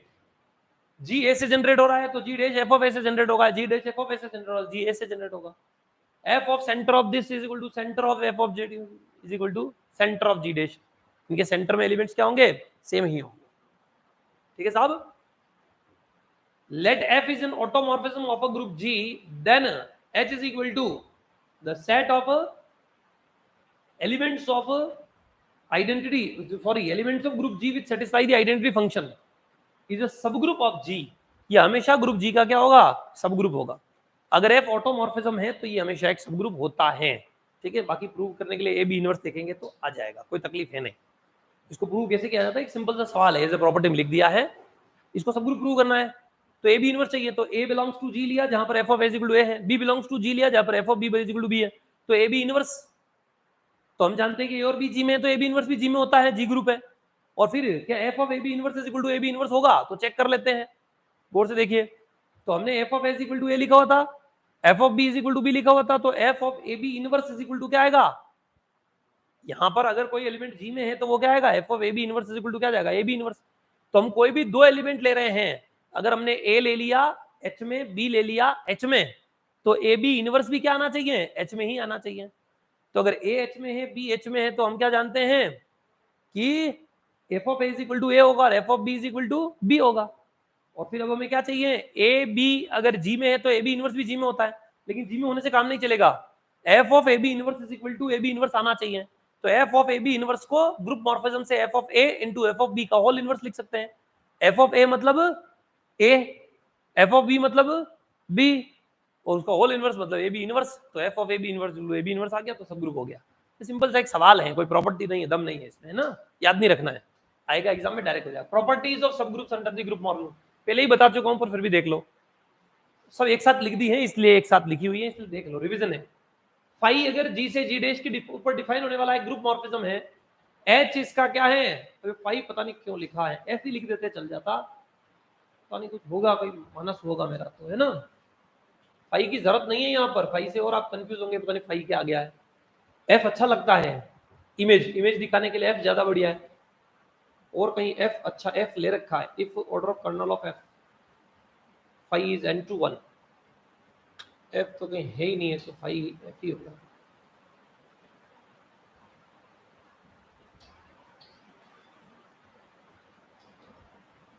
मसो क्या चाह रहे हो? मैं एफ चाह रहा हूं, मुझे फाई अच्छा नहीं लग रहा है। F is a mapping defined from G to G dash, तो f of H G dash का सब ग्रुप होगा, एच इज साइक्लिक, तो f of H is also cyclic. H is abelian, तो f of H is also abelian, उसकी images का set भी एबिलियन। H G का normal subgroup है, तो f of H f of G का normal सब ग्रुप होता है। अगर एफ का ऑर्डर एन है तो एफ क्या होता है, एफ इज n/1 मैप जानते हैं हम, सारी बातें हम जानते हैं। Order of H is equal to n है, then order of f of H always divides n. F of H का ऑर्डर क्या होता है, एन के ऑर्डर को डिवाइड करता है। के जी का नॉर्मल सब ग्रुप है, तो एफ इनवर्स के, अगर के जी डैश का नॉर्मल सब ग्रुप तो एफ इनवर्स के जी का सब ग्रुप होगा। के जी डैश का नॉर्मल सब ग्रुप है, तो एफ इनवर्स के जी का नॉर्मल सब ग्रुप होगा। ये तो हम पहले ही देख चुके हैं। Q8 का ऑटोमॉर्फिज्म S4 के आइसोमॉर्फिक होता है, ठीक है, ध्यान रखना है। वो पीछे देखा था, वो इनर ऑटोमॉर्फिज्म था। क्या था? Q8 का इनर ऑटोमॉर्फिज्म, वो किसके आइसोमॉर्फिक था? वो K4 के आइसो, इनर ऑटोमॉर्फिज्म K4 के आइसो, 4 ही एलिमेंट होते हैं, लेकिन Q8 के ऑटोमॉर्फिज्म्स के सेट में 24 एलिमेंट होते हैं, ठीक है। ऐसा यहां से आप देख सकते हैं 1 1 on 2। अब बात आती है काउंटिंग की, काउंटिंग ऑफ ग्रुप मॉर्फिज्म, और यहां पर काउंटिंग ऑफ ग्रुप मॉर्फिज्म के कुछ फॉर्मूलाज हैं, 20-21 फॉर्मूलाज हैं, वो देख लेते हैं और फिर इसको फिनिश करते हैं। राइट, जल्दी से देखिए, फिर चैप्टर के समापन की घोषणा करेंगे, फिर हम असाइनमेंट सॉल्व करेंगे, क्वेश्चन सॉल्व करेंगे, है ना। असाइनमेंट्स लेते हुए जाना अब आप रेगुलर यहाँ से। चलिए अब बढ़ते हैं आगे। काउंटिंग, अभी तक हमने जितना ग्रुप मॉर्फिज्म पढ़ा है, अब उसकी गणना पर सवाल बहुत आते हैं। शुरुआत से देख लो। Number of homomorphism defined from Zm to Zn, GCD of Mn for all m और n belongs to Z plus, या फिर natural number. Number of homomorphism defined from Z to Z, Z से Z पे infinite homomorphism होते हैं। f of x is equal to 1x 0x 2x minus 2x 3x minus 3x 4x minus 4x। Z से Zn पे n homomorphism, और Zn से Z पे only एक ही होमोमॉर्फिज्म होता है, f of x is equal to 0x only. Zm से Zn cross Zk के ऊपर Mn और Mk दोनों के GCD का प्रोडक्ट, बता चुका हूं पीछे। Zm क्रॉस Zn से Zk के ऊपर Mk और Nk के GCD का प्रोडक्ट। ये होमोमॉर्फिज्म की संख्या गिन रहे हैं हम, उनके अलग अलग फॉर्मूले। Zm क्रॉस N से Z K क्रॉस L के ऊपर, तो M K, M L, N K और N L इनके GCD का product. Right, counting of homomorphism from Zm to Zn। अब थोड़ा पर्टिकुलराइज किया कि Zm से Zn के ऊपर टोटल नंबर ऑफ होमोमॉर्फिज्म तो GCD होता है, HCF। ऑन टू होमोमॉर्फिज्म कितने होंगे? तो number of onto homomorphism defined from Zm to Zn, अगर जो ये n इस m को डिवाइड नहीं कर रहा हो तो एक भी ऑन टू होमोमॉर्फिज्म नहीं बनेगा, लेकिन अगर ये n इस m को डिवाइड करता है तो फाई n बनता है। पीछे फॉर्मूला लिखा रखा है, वही वाली बात। और फिर 1 1 कितने बनेंगे?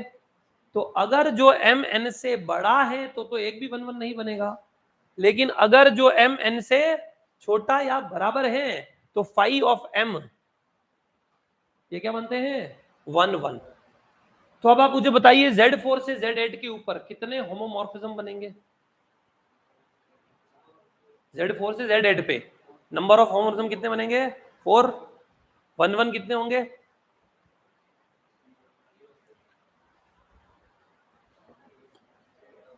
1 1 कितने होंगे?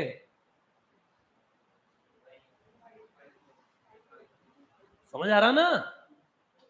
5 4 यानी कि 2, 1 और 3 रिलेटिवली प्राइम। और ऑन टू कितने होंगे? Z4 से Z8, 8 डज नॉट डिवाइड 4, 8 4 को डिवाइड नहीं करता है, तो ऑन टू। और जाते पीछे वाले में ज्यादा एलिमेंट है, आगे वाले में कम है, तो ऑन टू नहीं बन सकता मैपिंग, है ना। ऑन टू 0 होंगे, 1 1 वाले 2 होंगे, और टोटल होमोमॉर्फिज्म कितने हैं? 4 हैं, तो 2 कौन से होंगे? Neither 1 1 nor onto. समझ आ रही कि नहीं आ रही है? ऑन टू तो एक भी नहीं है 4 में से। और 2 1 1 है और 2 1 1 भी नहीं है, तो इसका मतलब 2 1 1 भी नहीं है और 1 2 भी नहीं है। तो नाइदर 1 1 नॉर 1 2 वाले 2 और 2 वाले 1 1 बट नॉट 1 2 वाले। समझ आ रही कि नहीं आ रही है? ऐसे 4 होमोमोर्फिज्म होंगे। ऐसे ही किसी भी ZM से किसी भी ZN पे पूछ ले तो आपको ये 3 फॉर्मूलों से काम हो जाएगा। समझ आ रही कि नहीं आ रही है? राइट? और आसान है। 1 1 पूछे तो φm, 1 2 पूछे तो φn और होमोमोर्फिज्म पूछे तो GCD ऑफ Mn। खेल खत्म। बाकी ध्यान रख लेना कि इसको डिवाइड कर भी रहा है कि नहीं, ये इससे छोटा है बराबर है कि नहीं, और ये इसको डिवाइड कर रहा है कि नहीं, ये चेक करना होता है। राइट? समझ आ गया? 8 फॉर्मूले हो गए 21 में से। आगे बढ़ते हैं। ठीक है, अगले देखिए साहब, 21 हैं, अभी खत्म करेंगे और इसको फिर रियल एनालिसिस पे आएंगे। इसके लिए आप सभी पधारे हैं। आपका फेवरेट टॉपिक जो चल रहा है उसकी चर्चा करेंगे। ठीक है, उसमें हम लोग प्रॉपर्टीज पर आ चुके थे आई थिंक, है ना, रियल में चर्चा करेंगे उसकी, है ना। शानदार शानदार बातें करेंगे। 4-5 क्वेश्चन भी दिए मैंने एग्जाम में, है ना, टेस्ट पेपर में 4-5 क्वेश्चन भी थे, उनकी भी चर्चा करेंगे, देखेंगे उनको भी कैसे हो रहे हैं। वैसे आपसे मैंने वही क्वेश्चन दिए जो मैंने अभी तक पढ़ा दिया था। अभी ये क्वेश्चन और भी ऐसे बन सकते हैं। ठीक है, इजी थे क्वेश्चन, कन्वर्जेंस डाइवर्जेंस चेक करना था और वगैरह। अब नहीं देख पाए तो अलग बात है। क्वेश्चन गेट और नेट के थे, पर क्वेश्चन जो पढ़ा दिया था उसमें से थे, इजी थे, हो जाते अगर थोड़ा ध्यान से देखते तो। ठीक है, जिन्होंने नहीं देखा कोई बात नहीं, देख लेना, है ना। जो नए विद्यार्थी हैं वो भी टेस्ट दे दीजिए। 5 सवाल भी आपके काम के तो काम के, उससे कोई फर्क नहीं पड़ता आपके मार्क्स कितने आ रहे हैं। कम आ रहे हैं तो खुशी होगी आपको, सर कम में खुशी होती है, अच्छे आते तो खुशी होती है। कम में खुशी होती है कि यार अभी हमें बहुत सीखना बाकी है ना। एनालिसिस होता है कि हम अभी जो है कहाँ स्टैंड कर रहे हैं, कितना हमें पढ़ना बाकी है वगैरह वगैरह, है ना, जरूरत पड़ती है। ठीक है, हालांकि यहाँ पर तादाद में लोग नहीं है, बाद में आप जो है आपको एक जो है बड़े जहाँ स्टूडेंट्स भी बहुत कम होते हैं हालांकि इनमें, पर जहाँ होंगे उनकी फिर बाद में एक टेस्ट सीरीज जो है वो भी ज्वाइन करवाएंगे, फिर उसकी भी चर्चा करवाएंगे, वो भी करवाएंगे बाद में। फिलहाल तो अभी आप जो है अपन देख रहे हैं उसी तरीके से देखते रहो, थोड़ा इम्प्रोवाइजेशन कैसे किया जा सकता है वो करेंगे। ठीक है, तुम्हारे कितने दिन की छुट्टी बीएड वालों?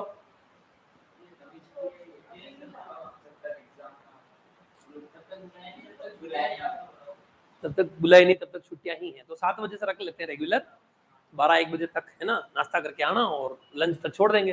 ठीक है, थोड़ा क्योंकि 15-20 दिन है ये हाईएस्ट, अभी डेट अनाउंस तो नहीं हुई लेकिन 5 से 12 बोल रहे हैं CUET वाले के लिए, 5 से 12, तो वो 5 से 12 तक जो है भिड़ जाते हैं।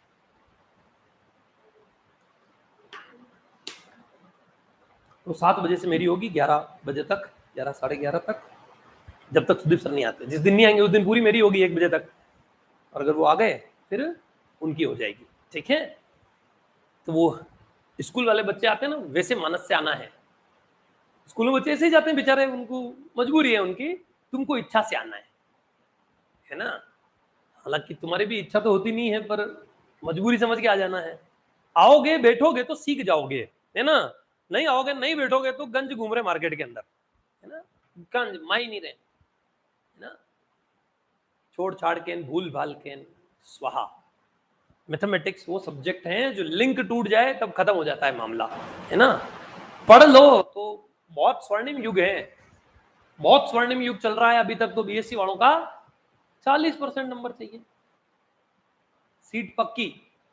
इस बार का एग्जाम में ऐसा था सेकंड ग्रेड का, बाकी फर्स्ट ग्रेड और जो है सेकंड ग्रेड और उनके अंदर अगर आपके पास नॉलेज है ना, अभी रिजल्ट आएगा, मैं तो वेट एंड वॉच की स्थिति में हूँ, रिजल्ट आने दो, उसके बाद फिर जो है नई ऊर्जा नए जोश में इंतजार में हूँ, किस दिन रिजल्ट की घोषणा हो, फिर जो है मैं तूफान जो है करूं, फिर मैं जो है एनालिसिस करते हुए मैं उसके इंतजार में हूं, खाली रिजल्ट आने के। और सरकार इसीलिए रिजल्ट दे नहीं रही है, वो खुद फंसी हुई है, उलझी हुई है ना। अभी रिजल्ट आएगा, आने दो, फिर पता चलेगा कि क्या हो रहा है ना। जो हंगामे होने हैं, जितना मेरा मानस कहता है कि राजस्थान गवर्नमेंट आ जानी चाहिए अगर रिजल्ट नहीं देगी तो, है ना, एंड तक लटका के रखे जैसे तैसे ही कुछ कारण वारण बताते हुए।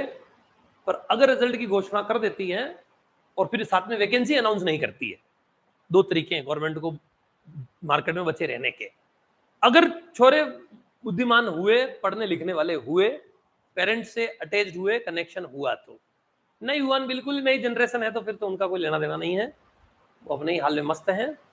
तो रिजल्ट आएगा, क्योंकि बेचारे 7-8 लाख 10 लाख जो बच्चा तैयारी कर रहा था, और सीट तो है नहीं, सीट तो उसमें से वो जो 30-40 हजार है उन्हीं को मिलनी है, तो वो जो 9 लाख बच्चे उनका क्या होगा। वो एक बार के लिए अंडर प्रेशर में चला जाता है कि यार मैं तो बेरोजगार, है ना। तो बेरोजगारी सबसे बड़ा मुद्दा जो है अभी आज के डेट में है। पर काबिल बन जाओ, रोजगार ही रोजगार है। गवर्नमेंट सीट निकाल रही, वही पूरी हो रही है कि नहीं हो रही वो देखना है मुझे तो खाली। अगर जो पूरी नहीं हुई तो मैं मेरी पूरी ताकत इसी पे झोंकूंगा, है ना, कि कैसे जो है अगर पूरी हो गई सीटें, है ना, तो फिर यही देखना है कि भाई ऐसे पढ़े लिखे लोग आ कहां से रहे हैं, मुझे वहीं जाके पढ़ाना है। फिर मैं उदयपुर छोड़ना होगा छोड़ेंगे, जहां ऐसे पढ़े लिखे लोग हो उन्हीं को पढ़ाएं फालतू, फिर जो है गंवारों में ना बैठे ऐसा कुछ। अगर जो सीटें फुल हो गई, नहीं हुई तो फिर तो चलो ठीक है कि चलो पढ़ने वाले नहीं है, पेपर ठीक था ऐसा ऐसा। हालांकि अभी तक जितना पता किया उससे आइडिया लग रहा है कि पेपर का लेवल बढ़िया आया था। और रीट का तब कहीं कह सकते हैं, रीट में तो छोरो नहीं अंडर इंटरप्रेट कर रखा है उसको, तो हर आदमी को लग रहा है कि मेरा सिलेक्शन है वो, तो उसका तो रिजल्ट आएगा और फिर ही। चलिए फिर आगे बढ़ते हैं, ध्यान से समझिए, गौर से देखिए। काउंटिंग ऑफ होमोमॉर्फिज्म, इसलिए पढ़ लो अगर एजुकेशन इंडस्ट्री में कुछ करना है तो, है ना, पढ़ लेंगे तो भला ही होगा।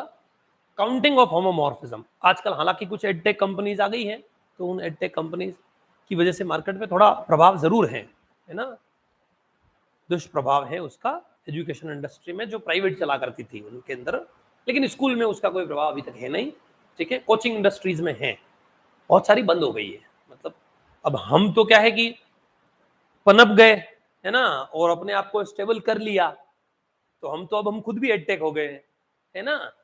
पर जो लोग नहीं कर पाए, जैसे छोटे कोचिंग इंस्टीट्यूट थे, तो वो अब थोड़ी इतना खर्चा अफोर्ड कर सकते हैं कि इतना स्टूडियो लगाओ, ये करो वो करो, इतने तामझाम। तो उन्होंने तो आस लगाई कि ऑफलाइन खुलेगा खुलेगा, सब सुहा हो चुके हैं, है ना। पता साफ हो गया, छोटे मोटे जो कोचिंग इंस्टीट्यूट हुआ करते थे, स्कूल वाले बचे हैं बाकी को छोड़ के, जिन्होंने एडटेक को फॉलो नहीं किया। जिन्होंने एडटेक को फॉलो कर दिया है, अभी चल रहा है, बहुत कुछ चल रहा है एडटेक में भी। बाईजूस अनअकैडमी बहुत सारी है, उनके ऊपर 5-5 हजार करोड़ का जो है नुकसान चल रहा है। 5,000 करोड़ किसे कहते हैं, 5,000 करोड़ घाटे में चल रही कंपनी, है ना। तो इतने बड़े इन्वेस्टर, पता नहीं उन्होंने इन्वेस्ट करने वाली कंपनियां कैसे किया, क्या किया, वो तो सब आगे की कथाएं हैं। हजार हजार लोगों को हर 6 महीने में निकाल रहे हैं वो, कि इस बार 1000 को निकालना, इस बार 800 को, 3,000 को निकाल चुके हैं अभी तक अपनी कंपनी में से, जो काम करने वाले टीचर ना स्टूडेंट, जो सारे स्टूडेंट क्या वो लैब वाले और सब, है ना, मेंटेन करने वाले स्टडी मटेरियल, ये बोल। स्टूडेंट को तो क्या निकालना है, स्टूडेंट तो रखता है खुद मास्टरों को, है ना, स्टूडेंट को तो वो क्या निकालेंगे। पर ठीक है, तो वो चल रहा है सारा। तो एक अंधी दौड़ है, एक अंधा ही कंपटीशन है। कंपटीशन का आलम यह है कि आईआईटी जेम की प्रिपरेशन के लिए 2,000 रुपए में जो है कोचिंग, है ना, 2,000 रुपए में आईआईटी जेम की कोचिंग का मतलब रोज के 5 घंटा क्लास, है ना, रोज की 5 घंटा क्लास, महीने की 20 ही मानो, छुट्टियां रख ली अगर बाई चांस, तो भी 100 लेक्चर। और ऐसे वो 8 महीने अगर बच्चे के पीछे लगेगा तो जाके सिलेक्शन होगा, है ना।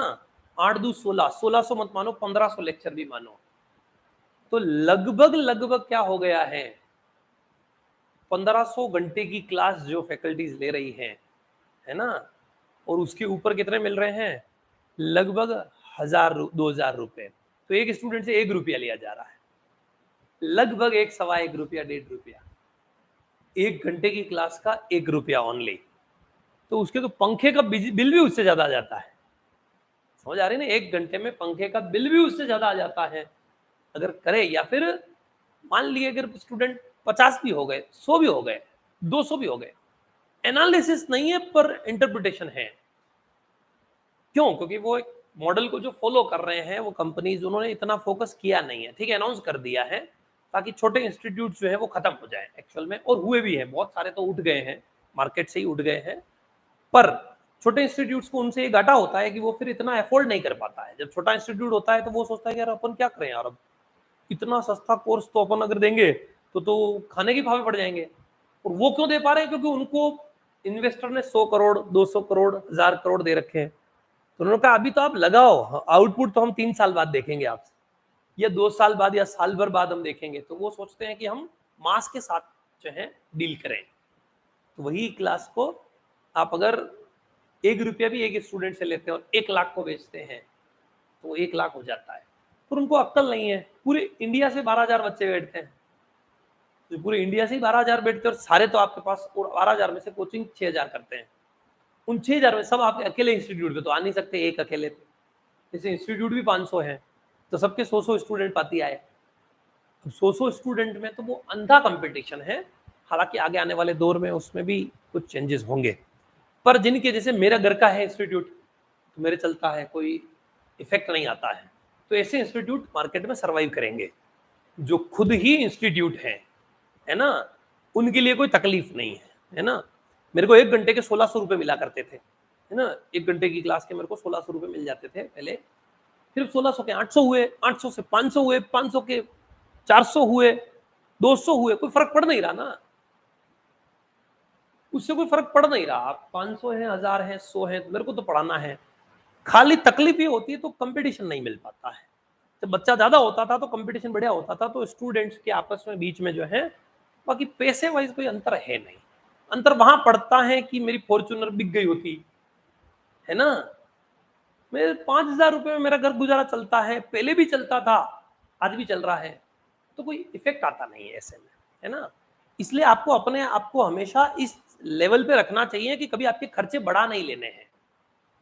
हमारे से भी ज्यादा नॉर्मल नॉर्मल मेरे ही स्टूडेंट्स हैं, वो इसी इंडस्ट्री में उतरे थे, पहले मेरे से पढ़ते थे काफी साल पहले, क्योंकि मैं बहुत साल पढ़ा रहा हूँ, 5-7 साल हो गए। वो तो ओपन में जो है हम अब उतरेंगे अगले साल से, अभी हम आए नहीं है, क्योंकि हम खुद स्टूडेंट थे, रेगुलर स्टूडेंट्स, तो हम प्रचार कर नहीं सकते थे, है ना। कोविड के बाद हमने ऑनलाइन आना स्टार्ट किया, और धीरे धीरे, है ना, हमारे पास जितने IITian है उतने IITian के पोस्टर लगा दिए होते, तो अभी तक तो उदयपुर वाले सब जान गए होते कि ये भी कोई इंस्टीट्यूट है जिन्होंने इतने IITian दे दिए हैं, है ना। इंडिया की ऑलमोस्ट सभी IIT में हमारे बच्चे हैं। पर एक्चुअल हमारी मजबूरी भी थी कि हम कॉलेज में पढ़ रहे हैं रेगुलर, है ना, वहां से कर नहीं सकते हैं। आप कर रहे होगी कॉलेज का टाइम में, कॉलेज के टाइम में मैं क्लास ले रहा हूँ, है ना।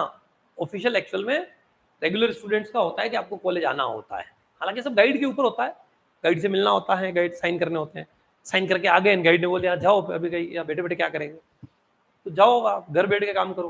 गाइड ने बोल दिया कि हफ्ते में 1 बार आना है, मेरे से मिल लेना है, तो हफ्ते में 1 बार चले जाओ, है ना। गाइड कहते कि नहीं रोज यहीं बैठना है, कुछ भी हो जाए, मेरा तो ऑफिस तू ही खोलेगा, झाड़ू तू ही लगाएगा, ऑफिस साफ सफाई करके यहीं बैठना है, वहीं बैठना है। वो गाइड के ऊपर डिपेंड करता है कि आपके गाइड कैसे हैं।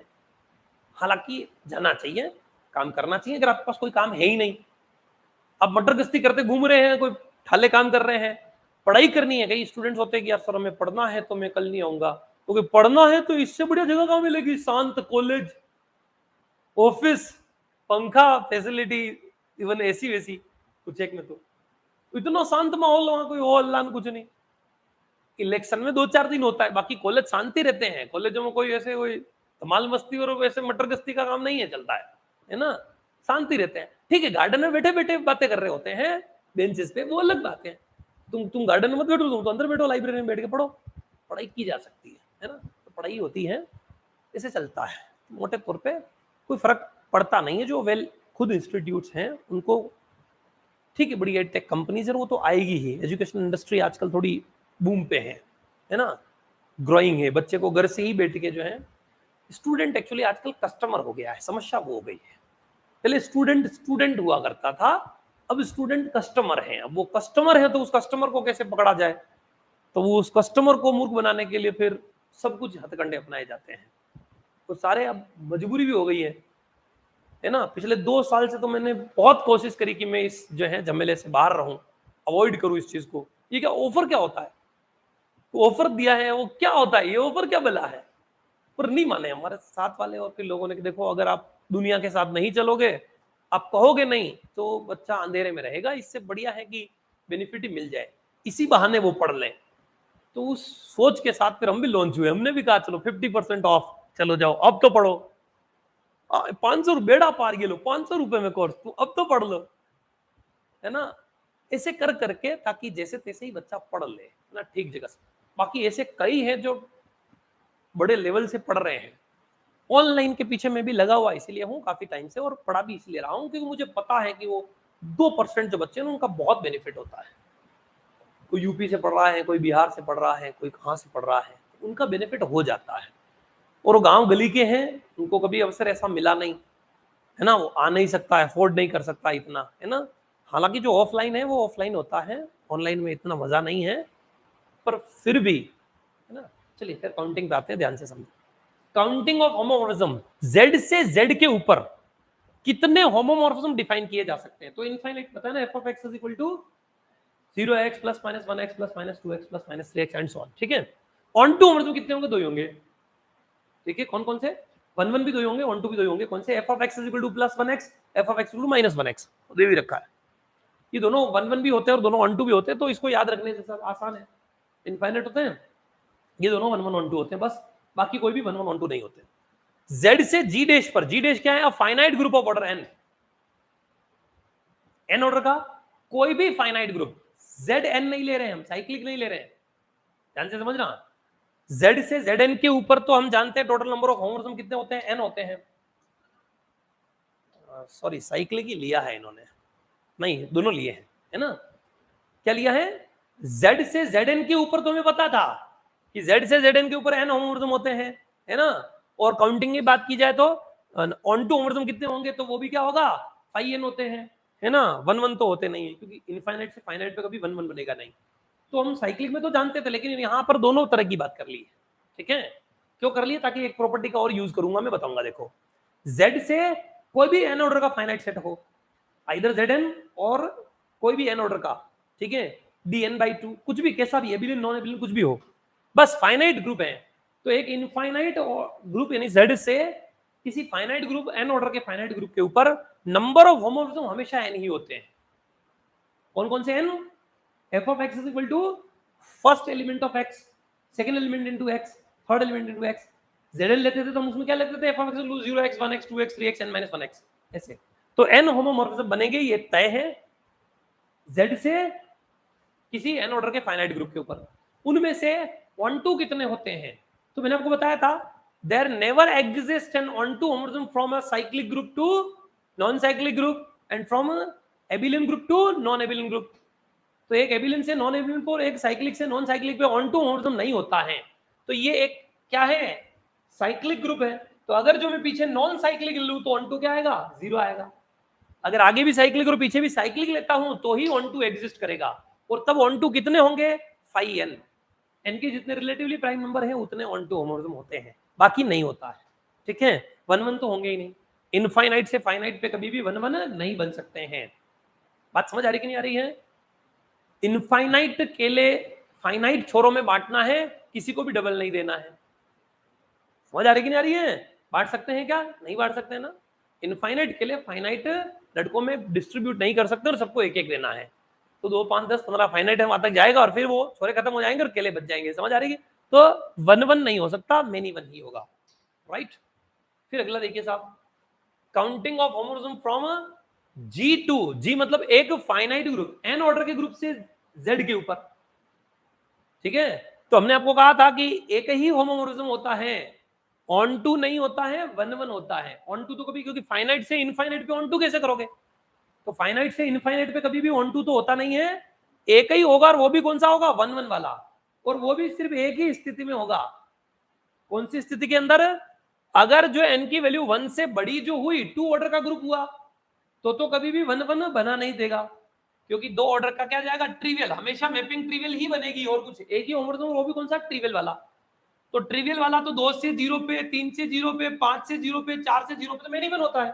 तो 1 1 कब होगा, जब n की वैल्यू 1 हो, इसमें एक ही एलिमेंट हो, तो एक किस पे जाएगा, 0 पे, तो 1 1 हो जाएगा। समझ आ रही है। तो अलग अलग केस के हिसाब से बनेगा, पर कुल मिलाकर एक ही होमोमॉर्फिज्म होगा, वो भी कौन सा वाला, trivial homomorphism.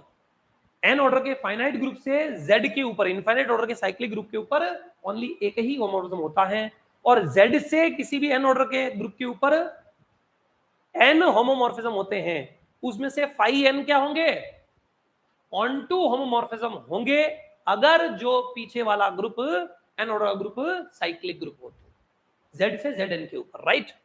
Counting of homomorphism from sn to zm।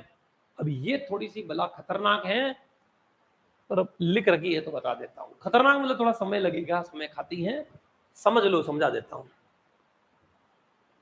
Number of homomorphism या तो एक होगा या दो होगा। अगर m ऑड है तो एक आएगा और अगर m इवन है तो दो आएगा।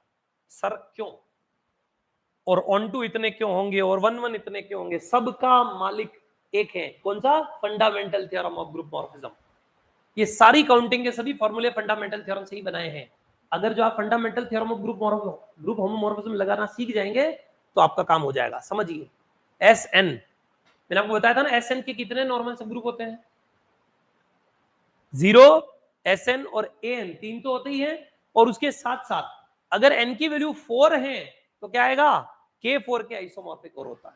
हर एस एन में एन की वैल्यू 4 3 से बड़ी या बराबर, 3 से बड़ी कुछ भी हो एन की वैल्यू, समझ आ रही है ना? ये 3 तो हर एन के लिए होता है, लेकिन 3 से बड़े सभी के लिए एस एन के पास एक और नॉर्मल सबग्रुप आएगा K4 के आइसोमॉर्फिक ओनली। अब अगर मैं ये नॉर्मल सबग्रुप है तो हो सकता है कर्नल में इतने इतने एलिमेंट हो, क्योंकि kernel is always normal subgroup of group G. तो अगर कर्नल में 0 होगा तो एस एन बाय एन यानी कि S n by 0 singleton set of 1, तो इस ग्रुप का ऑर्डर क्या आएगा? n फैक्टोरियल, मतलब एस एन के ऑर्डर के बराबर।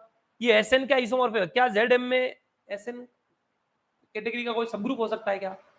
जी बाय जेड जी क्या होता है? एफ ऑफ जी के आइसोमॉर्फिक होता है। एफ ऑफ जी यानी कि इस पीछे वाले का सबग्रुप होना चाहिए। तो जी बाय जेड जी तो एस एन के आइसोमॉर्फिक आ रहा है और एस एन तो इसका सबग्रुप हो नहीं सकता।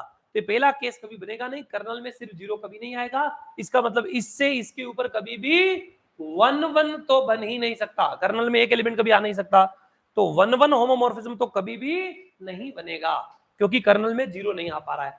फिर कर्नल में अगर एन हुआ तो S n bye A N Z2 के आइसोमॉर्फिक। क्या Z2 के आइसोमॉर्फिक इसका सबग्रुप हो सकता है क्या? अगर जो M ओड हुआ तो एक भी नहीं होगा, लेकिन अगर M इवन हुआ तो Z2 के आइसोमॉर्फिक एक सबग्रुप आएगा ही आएगा। समझ आ रहा ना? साइक्लिक ग्रुप में तो अगर M इवन हुआ तो एक सबग्रुप आएगा, और अगर M ओड हुआ तो एक भी सबग्रुप नहीं आएगा। तो अगर जो M ओड है तो हम बात कर रहे हैं किसकी? एक, चलो ओड है तो एक भी नहीं बनेगा, यहां तो इवन है तो यहां बनेगा। अगला और देखते हैं। फिर Sn by Sn, Sn by Sn किसके आइसोमॉर्फिक है? Z1 के, और Z1 तो इसमें हमेशा एक सबग्रुप देगा ही देगा। बात समझ आ रही है? चाहे इवन हो चाहे ओड हो, राइट। और SN bye K4, SN bye K4 का ऑर्डर क्या आएगा? तो ध्यान से समझिए, एसएन बाय K4 हमेशा क्या आएगा? नॉन साइक्लिक ग्रुप आएगा, और नॉन साइक्लिक ग्रुप इसके आइसोमॉर्फिक होगा नहीं, तो ये फोर्थ वाला केस भी क्या हो जाएगा? फेल हो जाएगा। तो ये भी नहीं बना पाएगा। तो सिर्फ ये दो ही केस आएंगे। अगर एन ऑड है तो यहां तो होगा नहीं, यहां होगा तो एक ही आएगा, तो एन ऑड के लिए तो एक ही आएगा।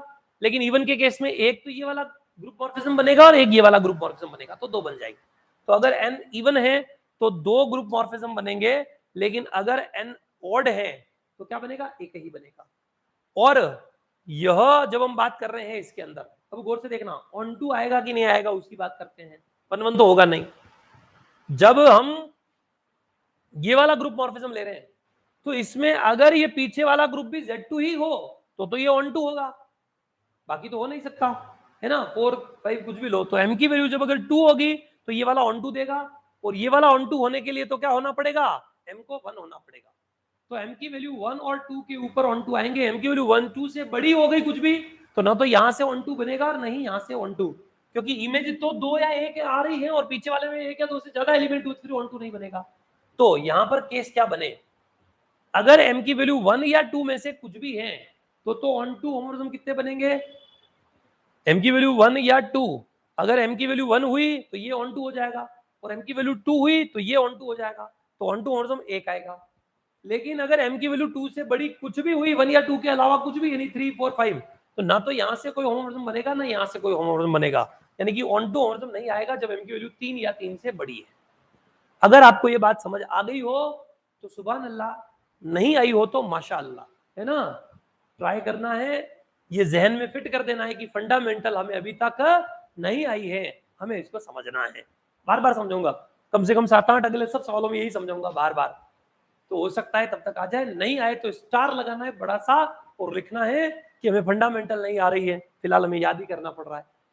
ये याद नहीं करना होता है, एग्जाम में भी आपको इसको निभाना ही होता है, सॉल्व करना होता है ना। फिर 1-2 बार क्वेश्चन में करोगे फिर प्रैक्टिस हो जाएगी, फिर अपने आप याद हो जाएगा। तो हम यहाँ एन की वैल्यू तो 3 से बड़ी या बराबर ले रहे हैं, नॉन साइक्लिक ही ले रहे हैं इसको, नॉन एबिलियन ग्रुप, ठीक है। पीछे एम की वैल्यू अलग अलग बनेगी, उस हिसाब से बन जाएगा। इतने होमोमॉर्फिज्म कितना आएंगे, 1 या 2, एम ऑड या इवन है उसके हिसाब से। अगला देखिए A4 से ZM के ऊपर कितने ग्रुप मॉर्फिज्म बनेंगे, ये भी हमने किससे बनाया है, उसी से, किससे, fundamental theorem of group morphism से ही। क्या बनाया, A4 के कितने नॉर्मल सब ग्रुप होते हैं, 3 होते हैं A4 के नॉर्मल सब ग्रुप, जानते हैं ना क्यों विद्वानों, A4 के कितने नॉर्मल सब ग्रुप होते हैं, सिंगलटन सेट ऑफ आइडेंटिटी या फिर A4 खुद या K4 के आइसोमॉर्फिक। ये 3 कैटेगरी के क्या होते हैं, नॉर्मल सब ग्रुप। तो हो सकता है कि कर्नल जो है वो इन तीनों में से कोई हो, ट्राई कर लेते, पहला कर्नल पॉसिबल है क्या, दूसरा कर्नल पॉसिबल है क्या। यहां पर क्या आएगा, G बाय कर्नल, तो G तो क्या है A4 बाय कर्नल क्या है, सिंगलटन सेट ऑफ आइडेंटिटी। बताइए इस ग्रुप का ऑर्डर कितना आएगा,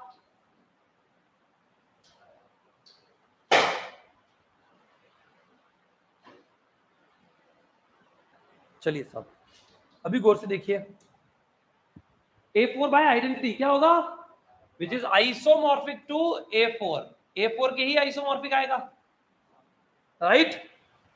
और क्या ZM के पास कोई A4 का सब ग्रुप हो सके, ऐसा होता है क्या, समझ आ रही ना, यहाँ Z4 का सब ग्रुप आना चाहिए, लेकिन ये तो Z4 का सब ग्रुप नहीं होता है, तो इसका मतलब 1-1 होमोमॉर्फिज्म एग्जिस्ट नहीं करेगा।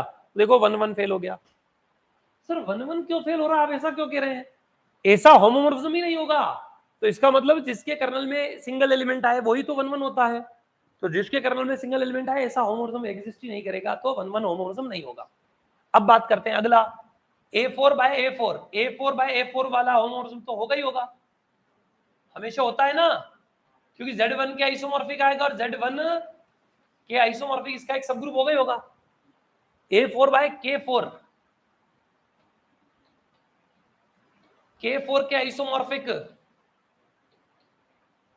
तो क्या आ जाएगा 12/4, यानी कि 12/4 कितना होता है रे विद्वानों, 3, Z3 के आइसोमॉर्फिक, समझ आ रही है। या पीछे हमने Z4 नहीं ले रखा है, ZM ले रखा है, सॉरी, है ना, ZM का सब ग्रुप होना चाहिए, तो Z1 ZM का सब ग्रुप होता है, Z3 के आइसोमॉर्फिक कोई भी 3 ऑर्डर का ZM के आइसोमॉर्फिक होगा क्या, तभी होगा जब ये Z3 या Z6 या 9 या ऐसा 3 का मल्टीपल हो, तो ये एग्जिस्ट कर जाएगा। अगर ये 3 का मल्टीपल नहीं हुआ तो ये एग्जिस्ट नहीं करेगा। बात समझ आ रही है? दो केस हैं, एग्जिस्ट नहीं करेगा if m does not divide 3, m 3 को डिवाइड नहीं करेगा तो नहीं करेगा, sorry 3 does not divide m, उल्टा लिख दिया हमने, है ना। अगर 3 m को डिवाइड नहीं करेगा तो ऐसा कोई भी ग्रुप मॉर्फिज्म नहीं आएगा, और अगर जो 3m को डिवाइड करेगा तो ऐसा ग्रुप मॉर्फिज्म आ जाएगा, राइट। तो अब गौर से देखिए, एक तो इस कैटेगरी का आएगा, एक इस कैटेगरी का आएगा, अगर 3m को डिवाइड कर रहा है तो, राइट। अब गौर से देखना, अब गौर से समझना इस बात को कि इसके आइसोमॉर्फिक आएगा तो सही, लेकिन कितने आएंगे, तो गौर से देखिए, यहां Z3 का आइसोमॉर्फिक आएगा, और Z3 के आइसोमॉर्फिक आने के बाद हम क्या करते हैं कि इस पैटर्न के इसके पास कितने सब ग्रुप होंगे, क्या देखते हैं, इस पैटर्न के इसके पास जो है वह कितने सब ग्रुप आएंगे, कितने ऑटोमॉर्फिज्म बनेंगे, क्या देखना है, ऑटोमॉर्फिज्म ऑफ दिस, ये ऐसे कितने हैं। तो ऑटोमॉर्फिज्म ऑफ, हमने पीछे आपको बताया था वही प्रॉपर्टीज यहां पर लगानी है, क्या करनी है, ऑटोमॉर्फिज्म, उतने होमोमॉर्फिज्म बनते हैं। ऑटोमॉर्फिज्म ऑफ Zn लिखाया था क्या मैंने, ये रहा, automorphism Zn is isomorphic to Un। Automorphism Zn किसके आइसोमॉर्फिक होता है, UN के आइसोमॉर्फिक होता है। तो ध्यान से समझिए, ये मैं क्यों बता रहा हूं आपको, नंबर ऑफ होमोमॉर्फिज्म दिखाने के लिए। गौर से देखना,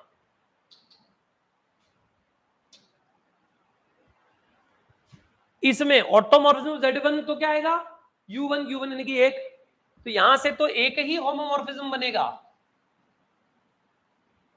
लेकिन यहां Z3 का आइसोमॉर्फिक, तो Z3 का आइसोमॉर्फिक कितने होमोमॉर्फिज्म बनेंगे कितने, तो automorphism Z3, automorphism Z3 is isomorphic to U3 and U3 is isomorphic to, U3 का मतलब क्या होता है, 1 और 2, दो रिलेटिवली प्राइम नंबर, तो दो ऑटोमॉर्फिज्म बनेंगे, यहां से एक बनेगा, यहां से दो बनेंगे, तो टोटल 3 होमोमॉर्फिज्म आएंगे। बात समझ आ रही कि नहीं आ रही है, तो होमोमॉर्फिज्म 3 बनेंगे, कौन से, अगर 3m को डिवाइड कर रहा है, तो नहीं कर रहा है तो ओनली ये वाला बनेगा, तो अगर 3m को डिवाइड कर रहा है तो 1 + 2 दैट इज 3 होमोमॉर्फिज्म आएंगे, लेकिन अगर 3m को डिवाइड नहीं कर रहा है तो ओनली ये वाला तो आएगा हमेशा, तो ओनली 1 आएगा। कुछ बात समझ आ रही है कि नहीं आ रही है।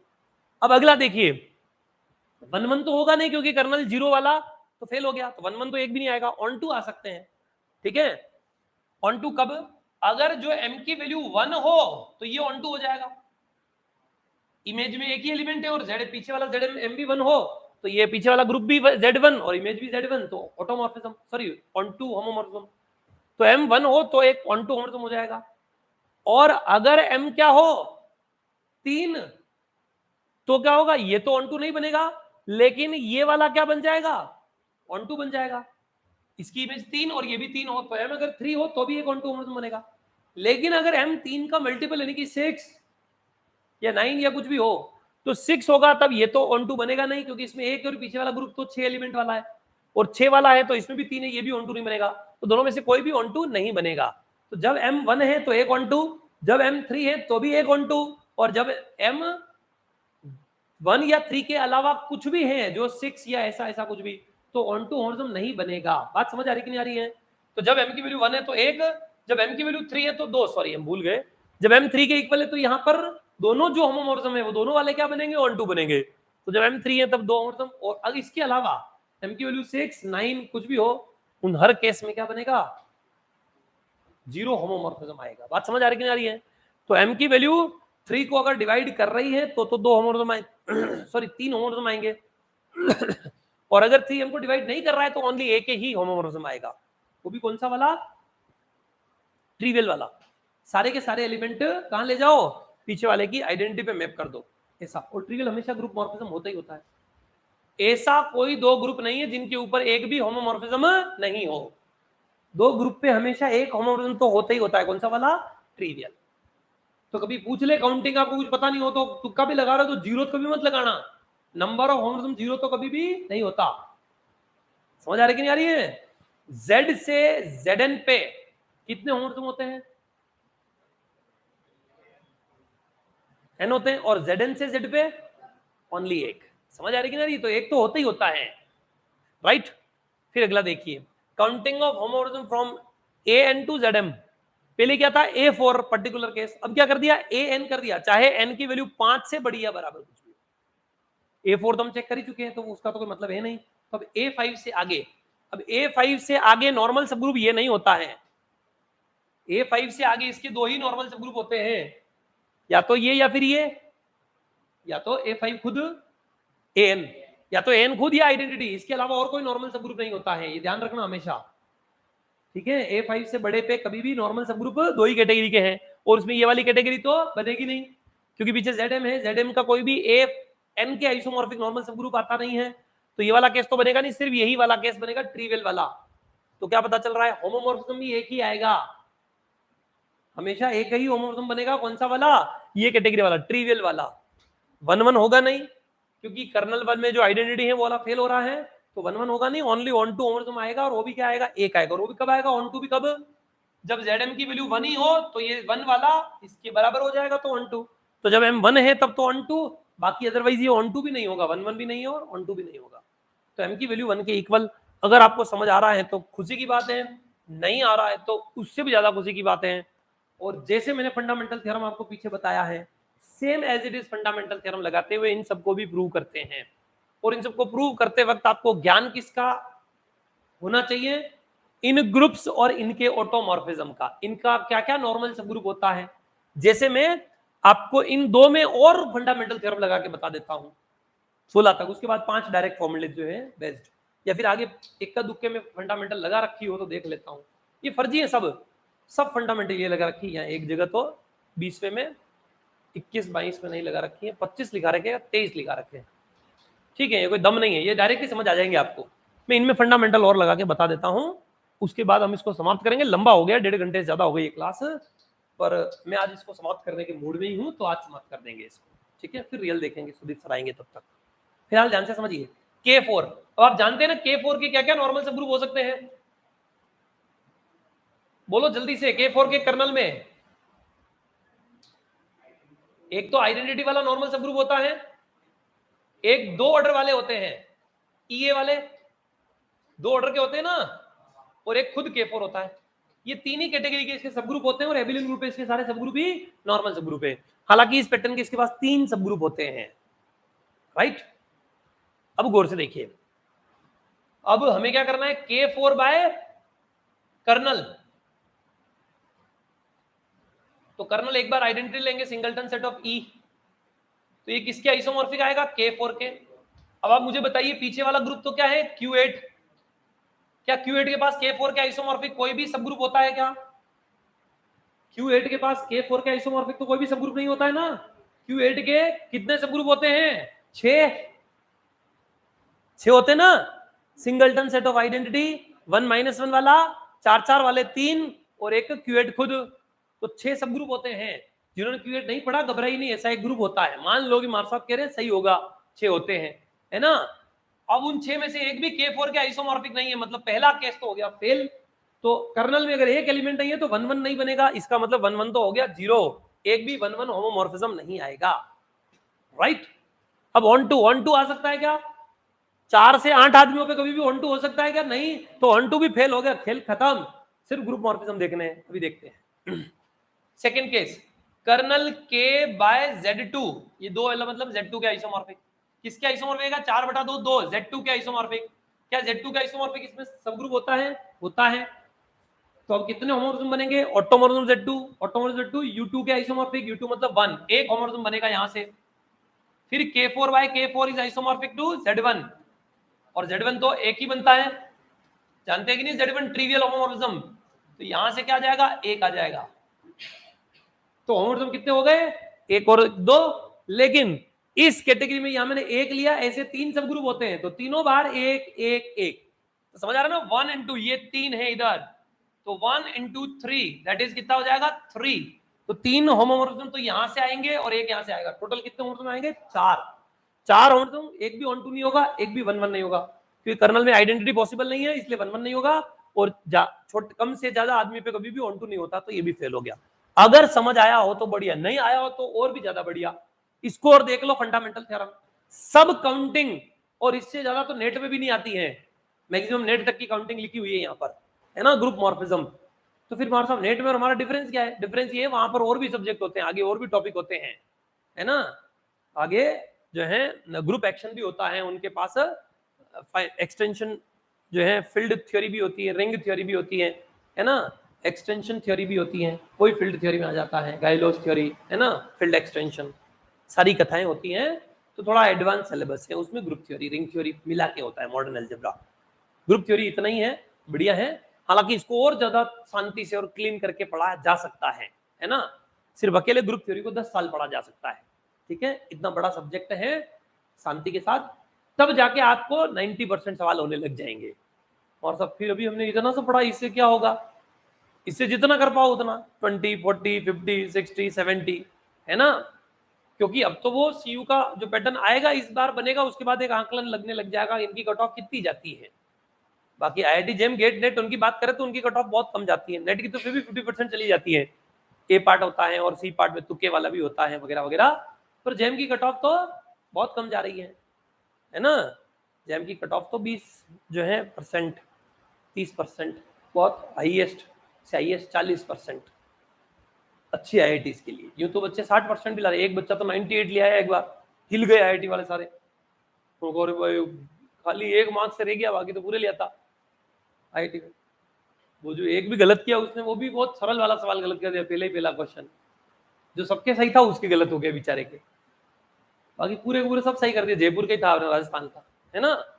उसके बाद से आईआईटी वालों का ये क्या है तुम, एक्चुअल में क्या होता है, साख रटती है, हर बार अलग अलग आईआईटी पेपर बनाती है। तो जिस आईआईटी ने पेपर बनाया था उस आईआईटी के ऊपर दूसरे आईआईटी के प्रोफेसर, क्या रे तुम पागल हो क्या, फोन कर करके मेल करके, तुम्हारा अक्ल नहीं, एक ग्रेजुएशन का छोरा तुम्हारे पेपर में पूरे पूरे नंबर ला रहा, तुम पागल हो गए हो। तो उससे आईआईटी की साख घटती है, वैल्यू घट जाती है ना, एग्जाम के लेवल का। वो पूरे ही लिया था वो तो, है ना। बाकी जानते हो आईआईटी मेंस में तो पूरे लाए हुए हैं, अपने उदयपुर से ही था, है ना, कल्पित वेरवल, है ना, फुल लिया। छोरा ईमानदार था, हालांकि इंटरव्यू में उससे पूछा गया कि क्या आपको सब कुछ आता था, तो उसने मना कर दिया, नहीं आता था, तुक्के लगाए मैंने, है ना।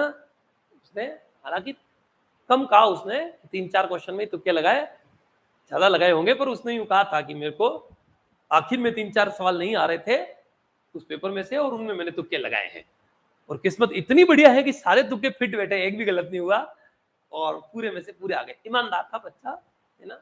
बाकी ऐसे चित्रांग मोरडिया है, उदयपुर से ही है ना, वो भी फर्स्ट रैंक ला चुका है ना। अभी तो ऑक्सफोर्ड में पढ़ रहा था पहले, अब तो कहाँ है पता नहीं, पर बहुत सारे लोग हुए हैं। तो ऐसा नहीं है कि उदयपुर तो पूरी दुनिया में जाना जाता है, राणा प्रताप की धरती है, आप भी कुछ कर सकते हैं, पर थोड़ा सा पहले वीरान था, जंगल था। चित्रांग मुर्डिया और कल्पित बिरबल के टाइम की बात नहीं कर रहा हूँ, राणा प्रताप की टाइम की बात कर रहा हूँ, जिन्होंने तूफान मचाया, उन्होंने तो उदयपुर को बचाया है।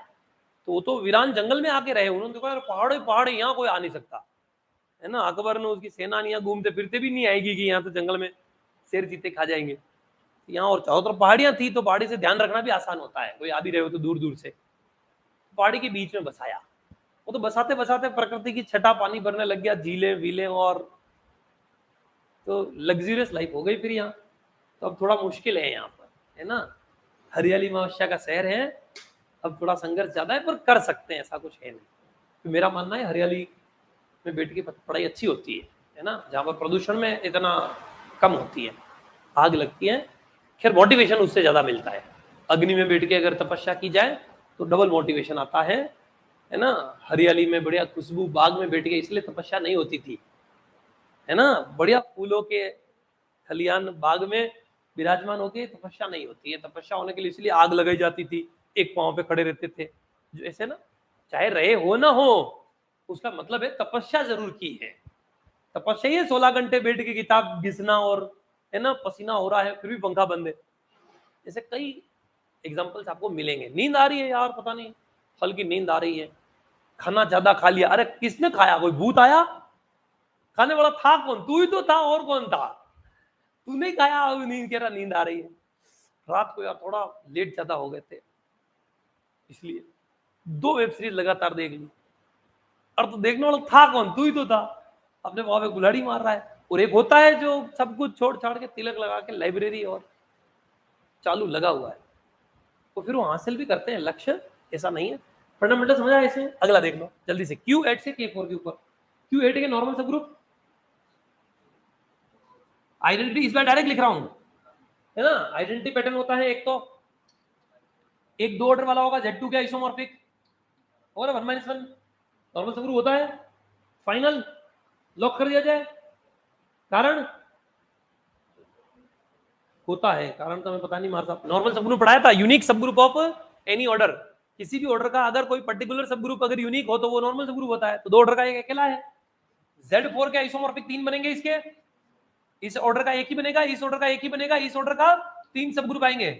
Z4 के आइसोमॉर्फिक, मैं आइसोमॉर्फिक लिख नहीं रहा हूं, ये लिख लो, ठीक है। Z4 नहीं, Z4 के आइसोमॉर्फिक, और एक Q8 खुद ही होगा, ये एक ही होता है ना। ये इसके नॉर्मल सब ग्रुप होते हैं। तो अब हम हर को चेक करेंगे, फंडामेंटल क्या कहती है कि Q8 बाय आइडेंटिटी, तो डायरेक्ट Q8 का आइसोमॉर्फिक बनेगा। क्या इस पैटर्न का K4 के पास नॉर्मल सब ग्रुप होता है क्या, नहीं होता है ना, K4 के पास ऐसा सब ग्रुप ही नहीं है। Q8/2 क्या आएगा यहां पर, Q8/Z2 के आइसोमॉर्फिक हो जाएगा ऐसा नॉर्मल सब ग्रुप। क्या होगा, अच्छा Z4 क्या आइसोमॉर्फिक आएगा? ये भी नहीं, पॉसिबल नहीं है। Z4 क्या आएगा, K4 क्या आएगा, ये बताओ। हाँ Q8 बाई, ये एक्चुअल में क्या है, सेंटर ऑफ ग्रुप है, तो Q8 bye Z of Q8, तो इसका ऑर्डर क्या हो सकता है, इसका ऑर्डर 4 होगा, लेकिन वो 4 Z4 के आइसोमॉर्फिक आ नहीं सकता, क्योंकि Z4 is cyclic, G by ZG is cyclic, implies G is एबिलियन but G is non एबिलियन, तो ये Z4 के तो आ नहीं सकता, K4 के ही आइसोमॉर्फिक आएगा, और K4 के आइसोमॉर्फिक इसका सब ग्रुप है इसके पास, समझ आ रही कि नहीं आ रही है, तो ऐसा बनेगा ही बनेगा, राइट। कितना बनेगा अभी आते हैं उस पे, ऑटोमॉर्फिज्म K4 उतने बनेंगे, अभी वो देखते हैं। अगला Q8 बाई Z4 के आइसोमॉर्फिक जो बनेंगे, तो दो ऑर्डर का Z2 के आइसोमॉर्फिक आएगा, Z2 का आइसोमॉर्फिक इस K4 के पास सब ग्रुप होते हैं ना, बात समझ आ रही है, 3 होते हैं हालांकि, पर वो अपने को तो ऑटोमॉर्फिज्म Z2 देखना है, समझ आ रही कि नहीं आ रही है। फिर same as it is Q8 by Q8 तो एक आएगा, समझ आ रहा कि नहीं। अब गौर से देखो, ये भी आएगा, अब इस पैटर्न के कितने बनेंगे, एक बनेगा, इस पैटर्न का भी एक ही बनेगा,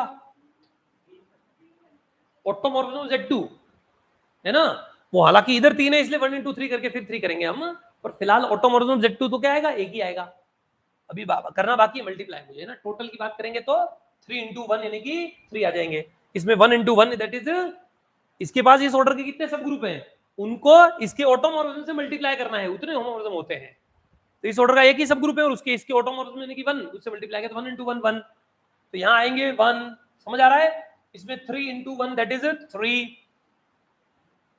और इसमें कितने होंगे, समझ आ रहा है, ऑटोमॉर्फिज्म ऑफ K4, जितने K4 के ऑटोमॉर्फिज्म उसको इस ऑर्डर के कितने सब ग्रुप है, एक उससे मल्टीप्लाई करना है, तो ऑटोमॉर्फिज्म ऑफ K4 किसके आइसोमॉर्फिक होता है, बताया ना पीछे, हाँ जी U4 के नहीं, ऑटोमॉर्फिज्म Z4 होता है वो तो, ऑटोमॉर्फिज्म ऑफ Z4 होता है वो तो, ऑटोमॉर्फिज्म ऑफ K4 भी लिखाया तो था मैंने, यहां था ना, ये तो नहीं है, DNSN K4 S3 के isomorphic, automorphism of K4 is isomorphic to S3, S3 के आइसोमॉर्फिक होता है, ध्यान रखना ये है ना, तो कितना आ जाएगा यहां पर, 6 आ जाएगा, तो इस पैटर्न के इसके पास कितने बनेंगे, 6 सब ग्रुप आएंगे, 16 कैसे आ गए साहब, हमने कुछ गड़बड़ की है,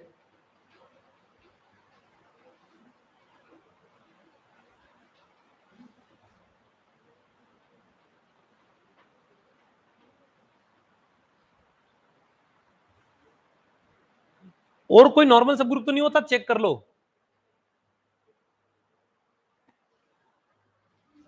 ये तो एक के ही आता है, तो एक ही पैटर्न बनेगा, 3 3 9, अच्छा इस K4 के पास इसके पास भी वापस ऐसे 3 सब ग्रुप होते हैं, है ना, तो ऑटोमॉर्फिज्म ऑफ फर्स्ट, इसका ऑटोमॉर्फिज्म यानी कि एक, और वो एक भी कितने बार है, 3 बार है, तो इसमें भी 3 आएगा, सॉरी चलिए, एक नहीं होता है, इसके पास भी ऐसे 3 सब ग्रुप होते हैं, तो 3 तरी यहां पर क्या होगा, 9 होगा, 3 तरी 9, यहां आएंगे 9, यहां आएंगे 1 into 6 यानी कि क्या आएगा, समझ आ रहा ना, 1 into 6 यानी कि 6 आएंगे, और यहां पर कितने आएंगे, 1 into 1 यानी कि 1 आएगा, समझ आ रहा ना, ऐसे देखना है, तो ये टोटल कितने हो गए, 9 और 1 10 और 6 16, इसमें से 1 1 तो कर्नल आइडेंटिटी वाला तो एक ही नहीं बन रहा है, तो 1 1 तो होगा नहीं, ऑन टू 4 4 वाले K4 के आइसोमॉर्फिक, तो K4 के आइसोमॉर्फिक यही था, तो इसमें कितने बन रहे हैं, 6, तो 6 क्या आएंगे, ऑन टू आएंगे, बाकी ये तो 2 वाला तो ऑन टू होगा नहीं है ना, ये भी इसमें ऑन टू नहीं होगा, मैं कैसे देख रहा हूँ, इमेज पीछे वाले ग्रुप के बराबर हो, तो मैं इमेज सिर्फ इसी में बराबर है, 2 ये 1 है, पीछे वाले ग्रुप का ऑर्डर 4 है, तो सिर्फ ऑन टू 6 होंगे, ऐसे ये ऐसे लगानी होती है फंडामेंटल थ्योरम, अगर आप समझ पा रहे हैं तो बढ़िया, नहीं समझ पा रहे तो और भी ज्यादा बढ़िया। इस पैटर्न के कितने आएंगे, 6, इस पैटर्न के 9, और इस पैटर्न का बनेगा 1, ट्रिवियल, टोटल मिला के 16, ये है fundamental theorem of group morphism, right. चलिए साहब अब बढ़ते हैं आगे, आखिरी 2 3 फॉर्मूले बचे हैं वो देख लो, counting of homomorphism from SN to K4, Sn से K4 पे कितने होते हैं? Sn के n की वैल्यू 3 से बड़ी या बराबर है, ठीक है, तब Sn के 3 ही नॉर्मल सबग्रुप होते हैं। सिर्फ S4 के 4 होते हैं। तो S4 के क्या होते हैं? 4 पैटर्न के नॉर्मल सबग्रुप होते हैं। कौन कौन सा? आइडेंटिटी, A4, S4 और K4 के आइसोमॉर्फिक, राइट। बाकी सभी केस में Sn के 3 ही होंगे, आइडेंटिटी, Sn और An, राइट। तो आइडेंटिटी, तो Sn by identity does not exist. Sn by identity Sn के आइसोमॉर्फिक और Sn के आइसोमॉर्फिक इसका सबग्रुप होता नहीं है, ये तो 4 ऑर्डर का है ना। Sn बाय An 2 ऑर्डर का इसके पास होता है, 3 सबग्रुप बन जाएंगे, है ना, ऐसे इसके पास 3 होते हैं ना, ऐसे हो जाएंगे। और फिर अगर हम बात करें Sn के पास Sn बाय Sn, तो 1 ऑर्डर का तो एक होता ही है हमेशा, ट्रिवियल, है ना, ऐसे 3।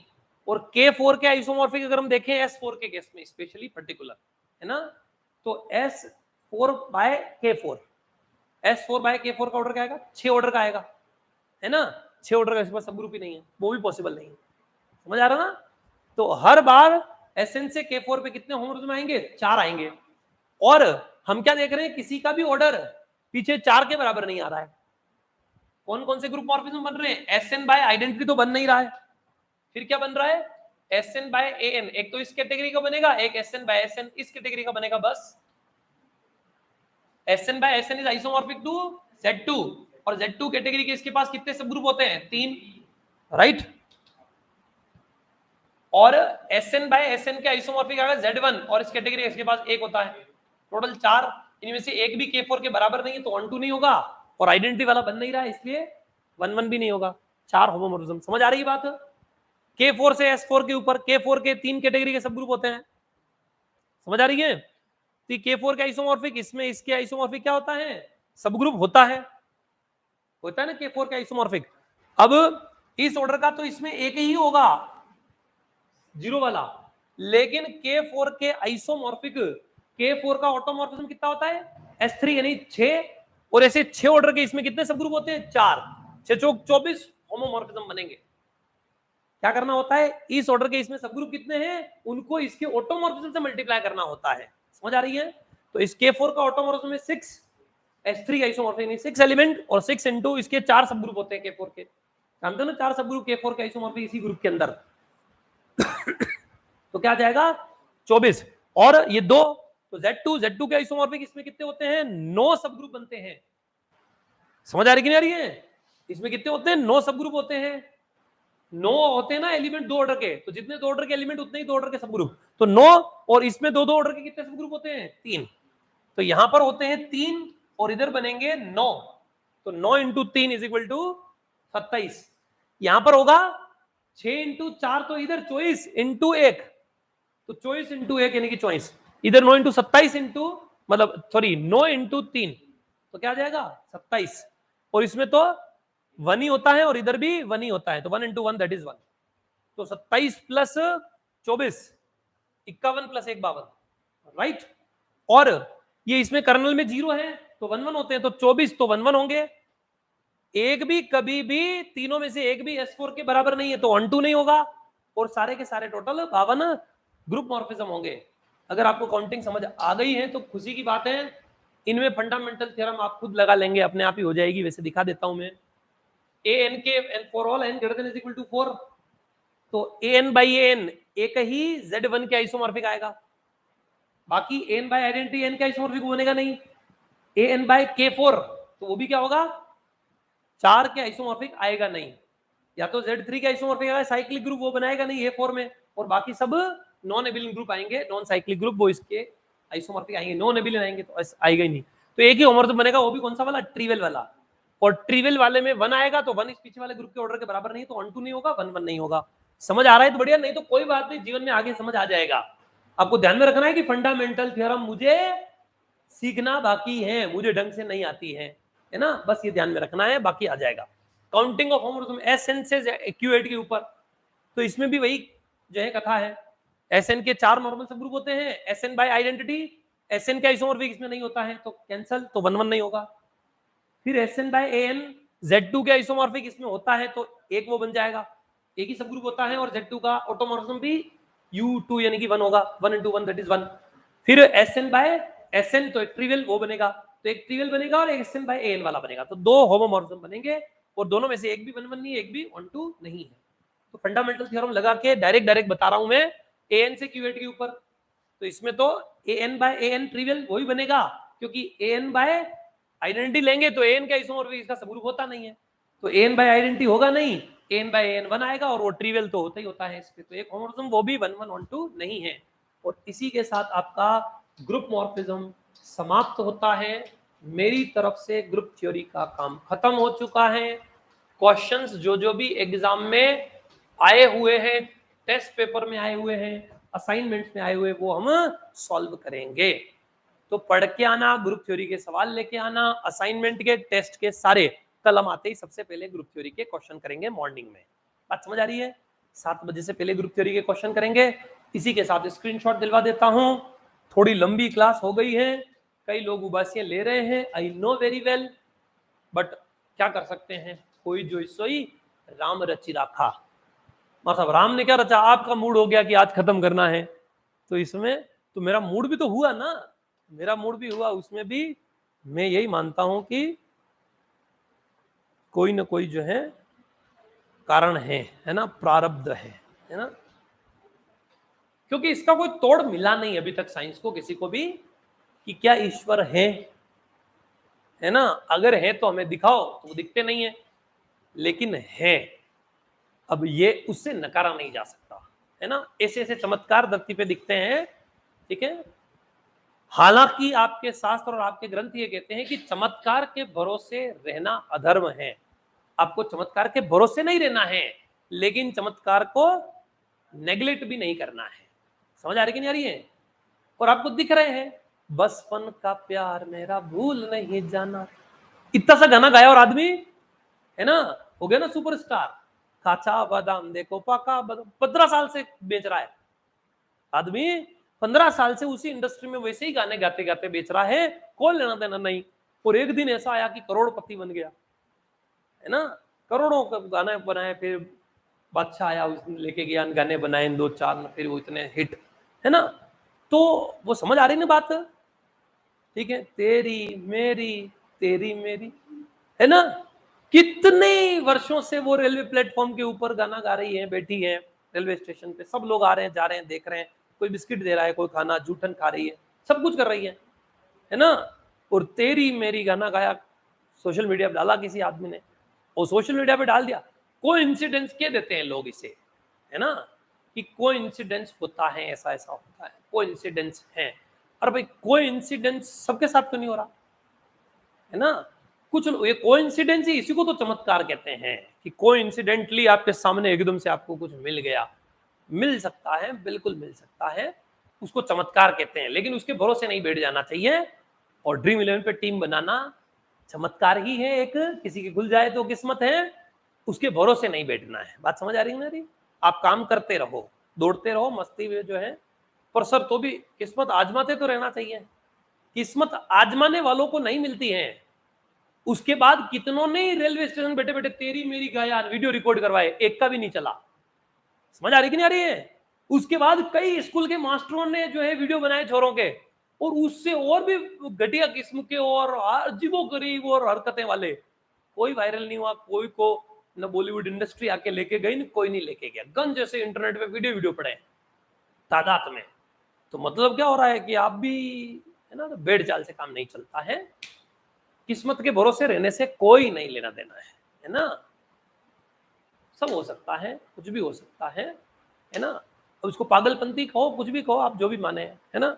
कई लोगों के सामने कई कई प्रकार की परिस्थितियां आती हैं, आपको तैयार इसमें रहना है कि विपरीत से विपरीत परिस्थिति आएगी, ये तय है। हमें उस समय कैसे डिसीजन लेना है, ये सीखना है ना। जैसा राम ने लिया था, हो जो इसे राम रचि राखा क्यों बोलता हूँ, इसीलिए बोलता हूँ, है ना। भगवान का दर्जा अपने यहाँ नॉर्मल आदमी हुए हैं ना, उनको भी मिल गया है। रामसा पीर जानते हैं, बाबा रामदेव, वो योग वाले नहीं, है ना, रामदेवरा तीर्थ, है ना, आदमी था, राजा जी थे, है ना। और ऐसे ऐसी ऐसी ऐसी घटनाएं हुई, कर्म ऐसे थे कि उनकी घटनाओं को भगवान मानने लगे लोग, है ना। सचिन को कहते हैं ना भगवान है क्रिकेट का, क्यों इसने जो जो कर दिया वो तो भगवान ही कर सकते हैं, ऐसे तो कोई चमत्कार ही है ना। तो वो चमत्कार जैसा काम है, कई उसमें से लगभग 60-70% ज्यादा रिकॉर्ड तो विराट कोहली तोड़ चुका है ना, सचिन के, लेकिन उसको भगवान कह नहीं रहे हैं, समझ आ रही है ना। इवन 200% ज्यादा रिकॉर्ड भी बना लेगा तो भी भगवान नहीं कहेंगे, क्योंकि भगवान कोई बनना चाहे तो बन नहीं सकता है। भगवान तो अपने आप जो है घोषणा हो जाती है, वो इसे घोषित करके गई है। राम रहीम जैसे बाबा गई बने खुद घोषित होके भगवान, है ना। ऐसे नहीं चलता है, यही सीखना है, यही धर्म है। चलिए फिलहाल स्क्रीनशॉट लीजिए आज की क्लास के, this is first page of today's class. थोड़ा ज्यादा लंबा समय जो है अपन ने लिया, पर ग्रुप थ्योरी खत्म कर दिया है आज, कल से नया स्टार्ट करेंगे। रिंग थ्योरी बहुत छोटा है तुम्हारे सिलेबस में, 2 से 3 दिन में खत्म कर दूंगा, फिर लीनियर अलजेब्रा, है ना।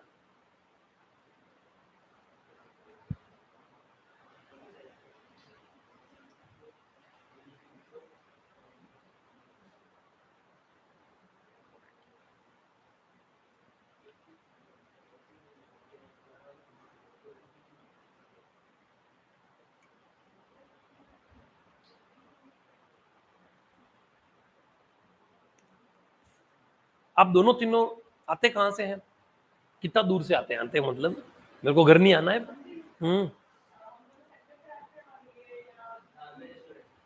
ये नागदा तैयारा सेक्टर, कौन सा सेक्टर? ये रहा 4, पास में से ही आते हैं। मैं एक प्लान कर रहा हूँ इसलिए बोल रहा हूँ, इवनिंग में ही बुलाने का सोच रहा हूँ, तो अगर आप लोग जो हैं फ्री हैं तो क्यों ना इवनिंग में भी आ जाया करें, तो आपको भी थोड़ा बॉडी में एनर्जी आएगी और मुझे भी डबल डबल नहीं पढ़ाना पड़ेगा। मैं इवनिंग में जो है आज से ही लीनियर अलजेब्रा स्टार्ट करने वाला हूँ फर्स्ट ग्रेड के बैच में, है ना। तो चाह रहा हूँ कि साथ में जो है पढ़ें ताकि मजा आएगा। लीनियर अलजेब्रा है ना, तो थोड़ा पोटेंशियल से ही चलेगा, तो अलग अलग नहीं पढ़ना पड़ेगा मुझे और आप लोगों का भी फायदा हो जाएगा। साथ साथ फर्स्ट ग्रेड के बैच में पूरा आता है, फर्स्ट ग्रेड में लीनियर अलजेब्रा पूरा है, और वही तुम्हारे भी है पूरा का पूरा सेम सिलेबस।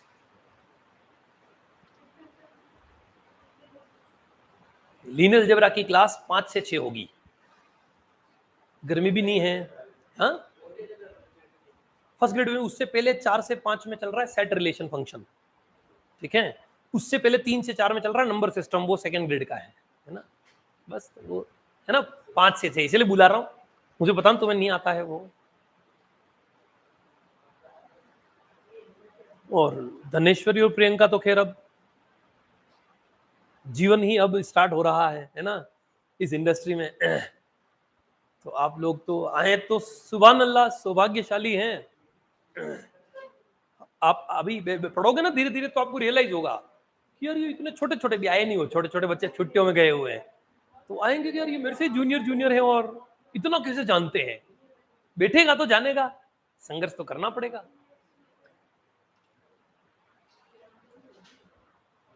जो क्लास में बैठ जाएगा और कोशिश करेगा वो सीख जाएगा। तो नया पेपर स्टार्ट हो रहा है, इसके जो है लीनियर अलजेब्रा जो है ना, इससे आसान है, मॉडर्न अलजेब्रा से बढ़िया है, शानदार टॉपिक है।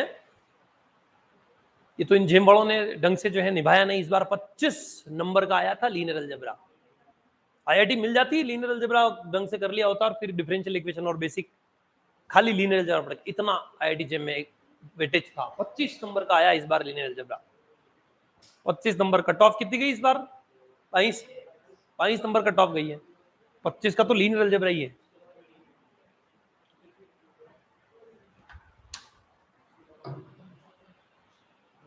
ये 13-15 नंबर का ही आता है, ये 15 नंबर का आता है ग्रुप थ्योरी वाला जो है, जहां तक देखा है। शुरुआत से देखते तो आ जाता आप, अभी थोड़ा लास्ट में देख रहे हो तो ऊपर से जा रहा है, वो शक्लें बता रही है, बहुत सारों के जा रहा है आपके क्या।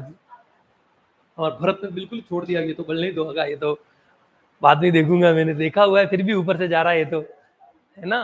तो है स्टफ है, अच्छी बात है, शानदार चीजें हैं ये, बहुत काम का। अभी अपन रियल एनालिसिस देखते हैं, ठीक है साहब। चलिए साहब 21-22 और ये आखिरी 23 काउंटिंग के फॉर्मूलाज देखे हैं। ये काउंटिंग तो इतना ही है, इससे ज्यादा काउंटिंग की जरूरत नहीं है। बाकी कुछ भी घुमा फिरा के आएगा तो अपने को करना होता है एग्जाम में। इनको वापस शुरुआत से पढ़ूंगा। मॉडर्न अलजेब्रा है ना, 15 जून से मैं वापस शुरुआत से सेट रिलेशन फंक्शन वहां से पढ़ूंगा पूरा।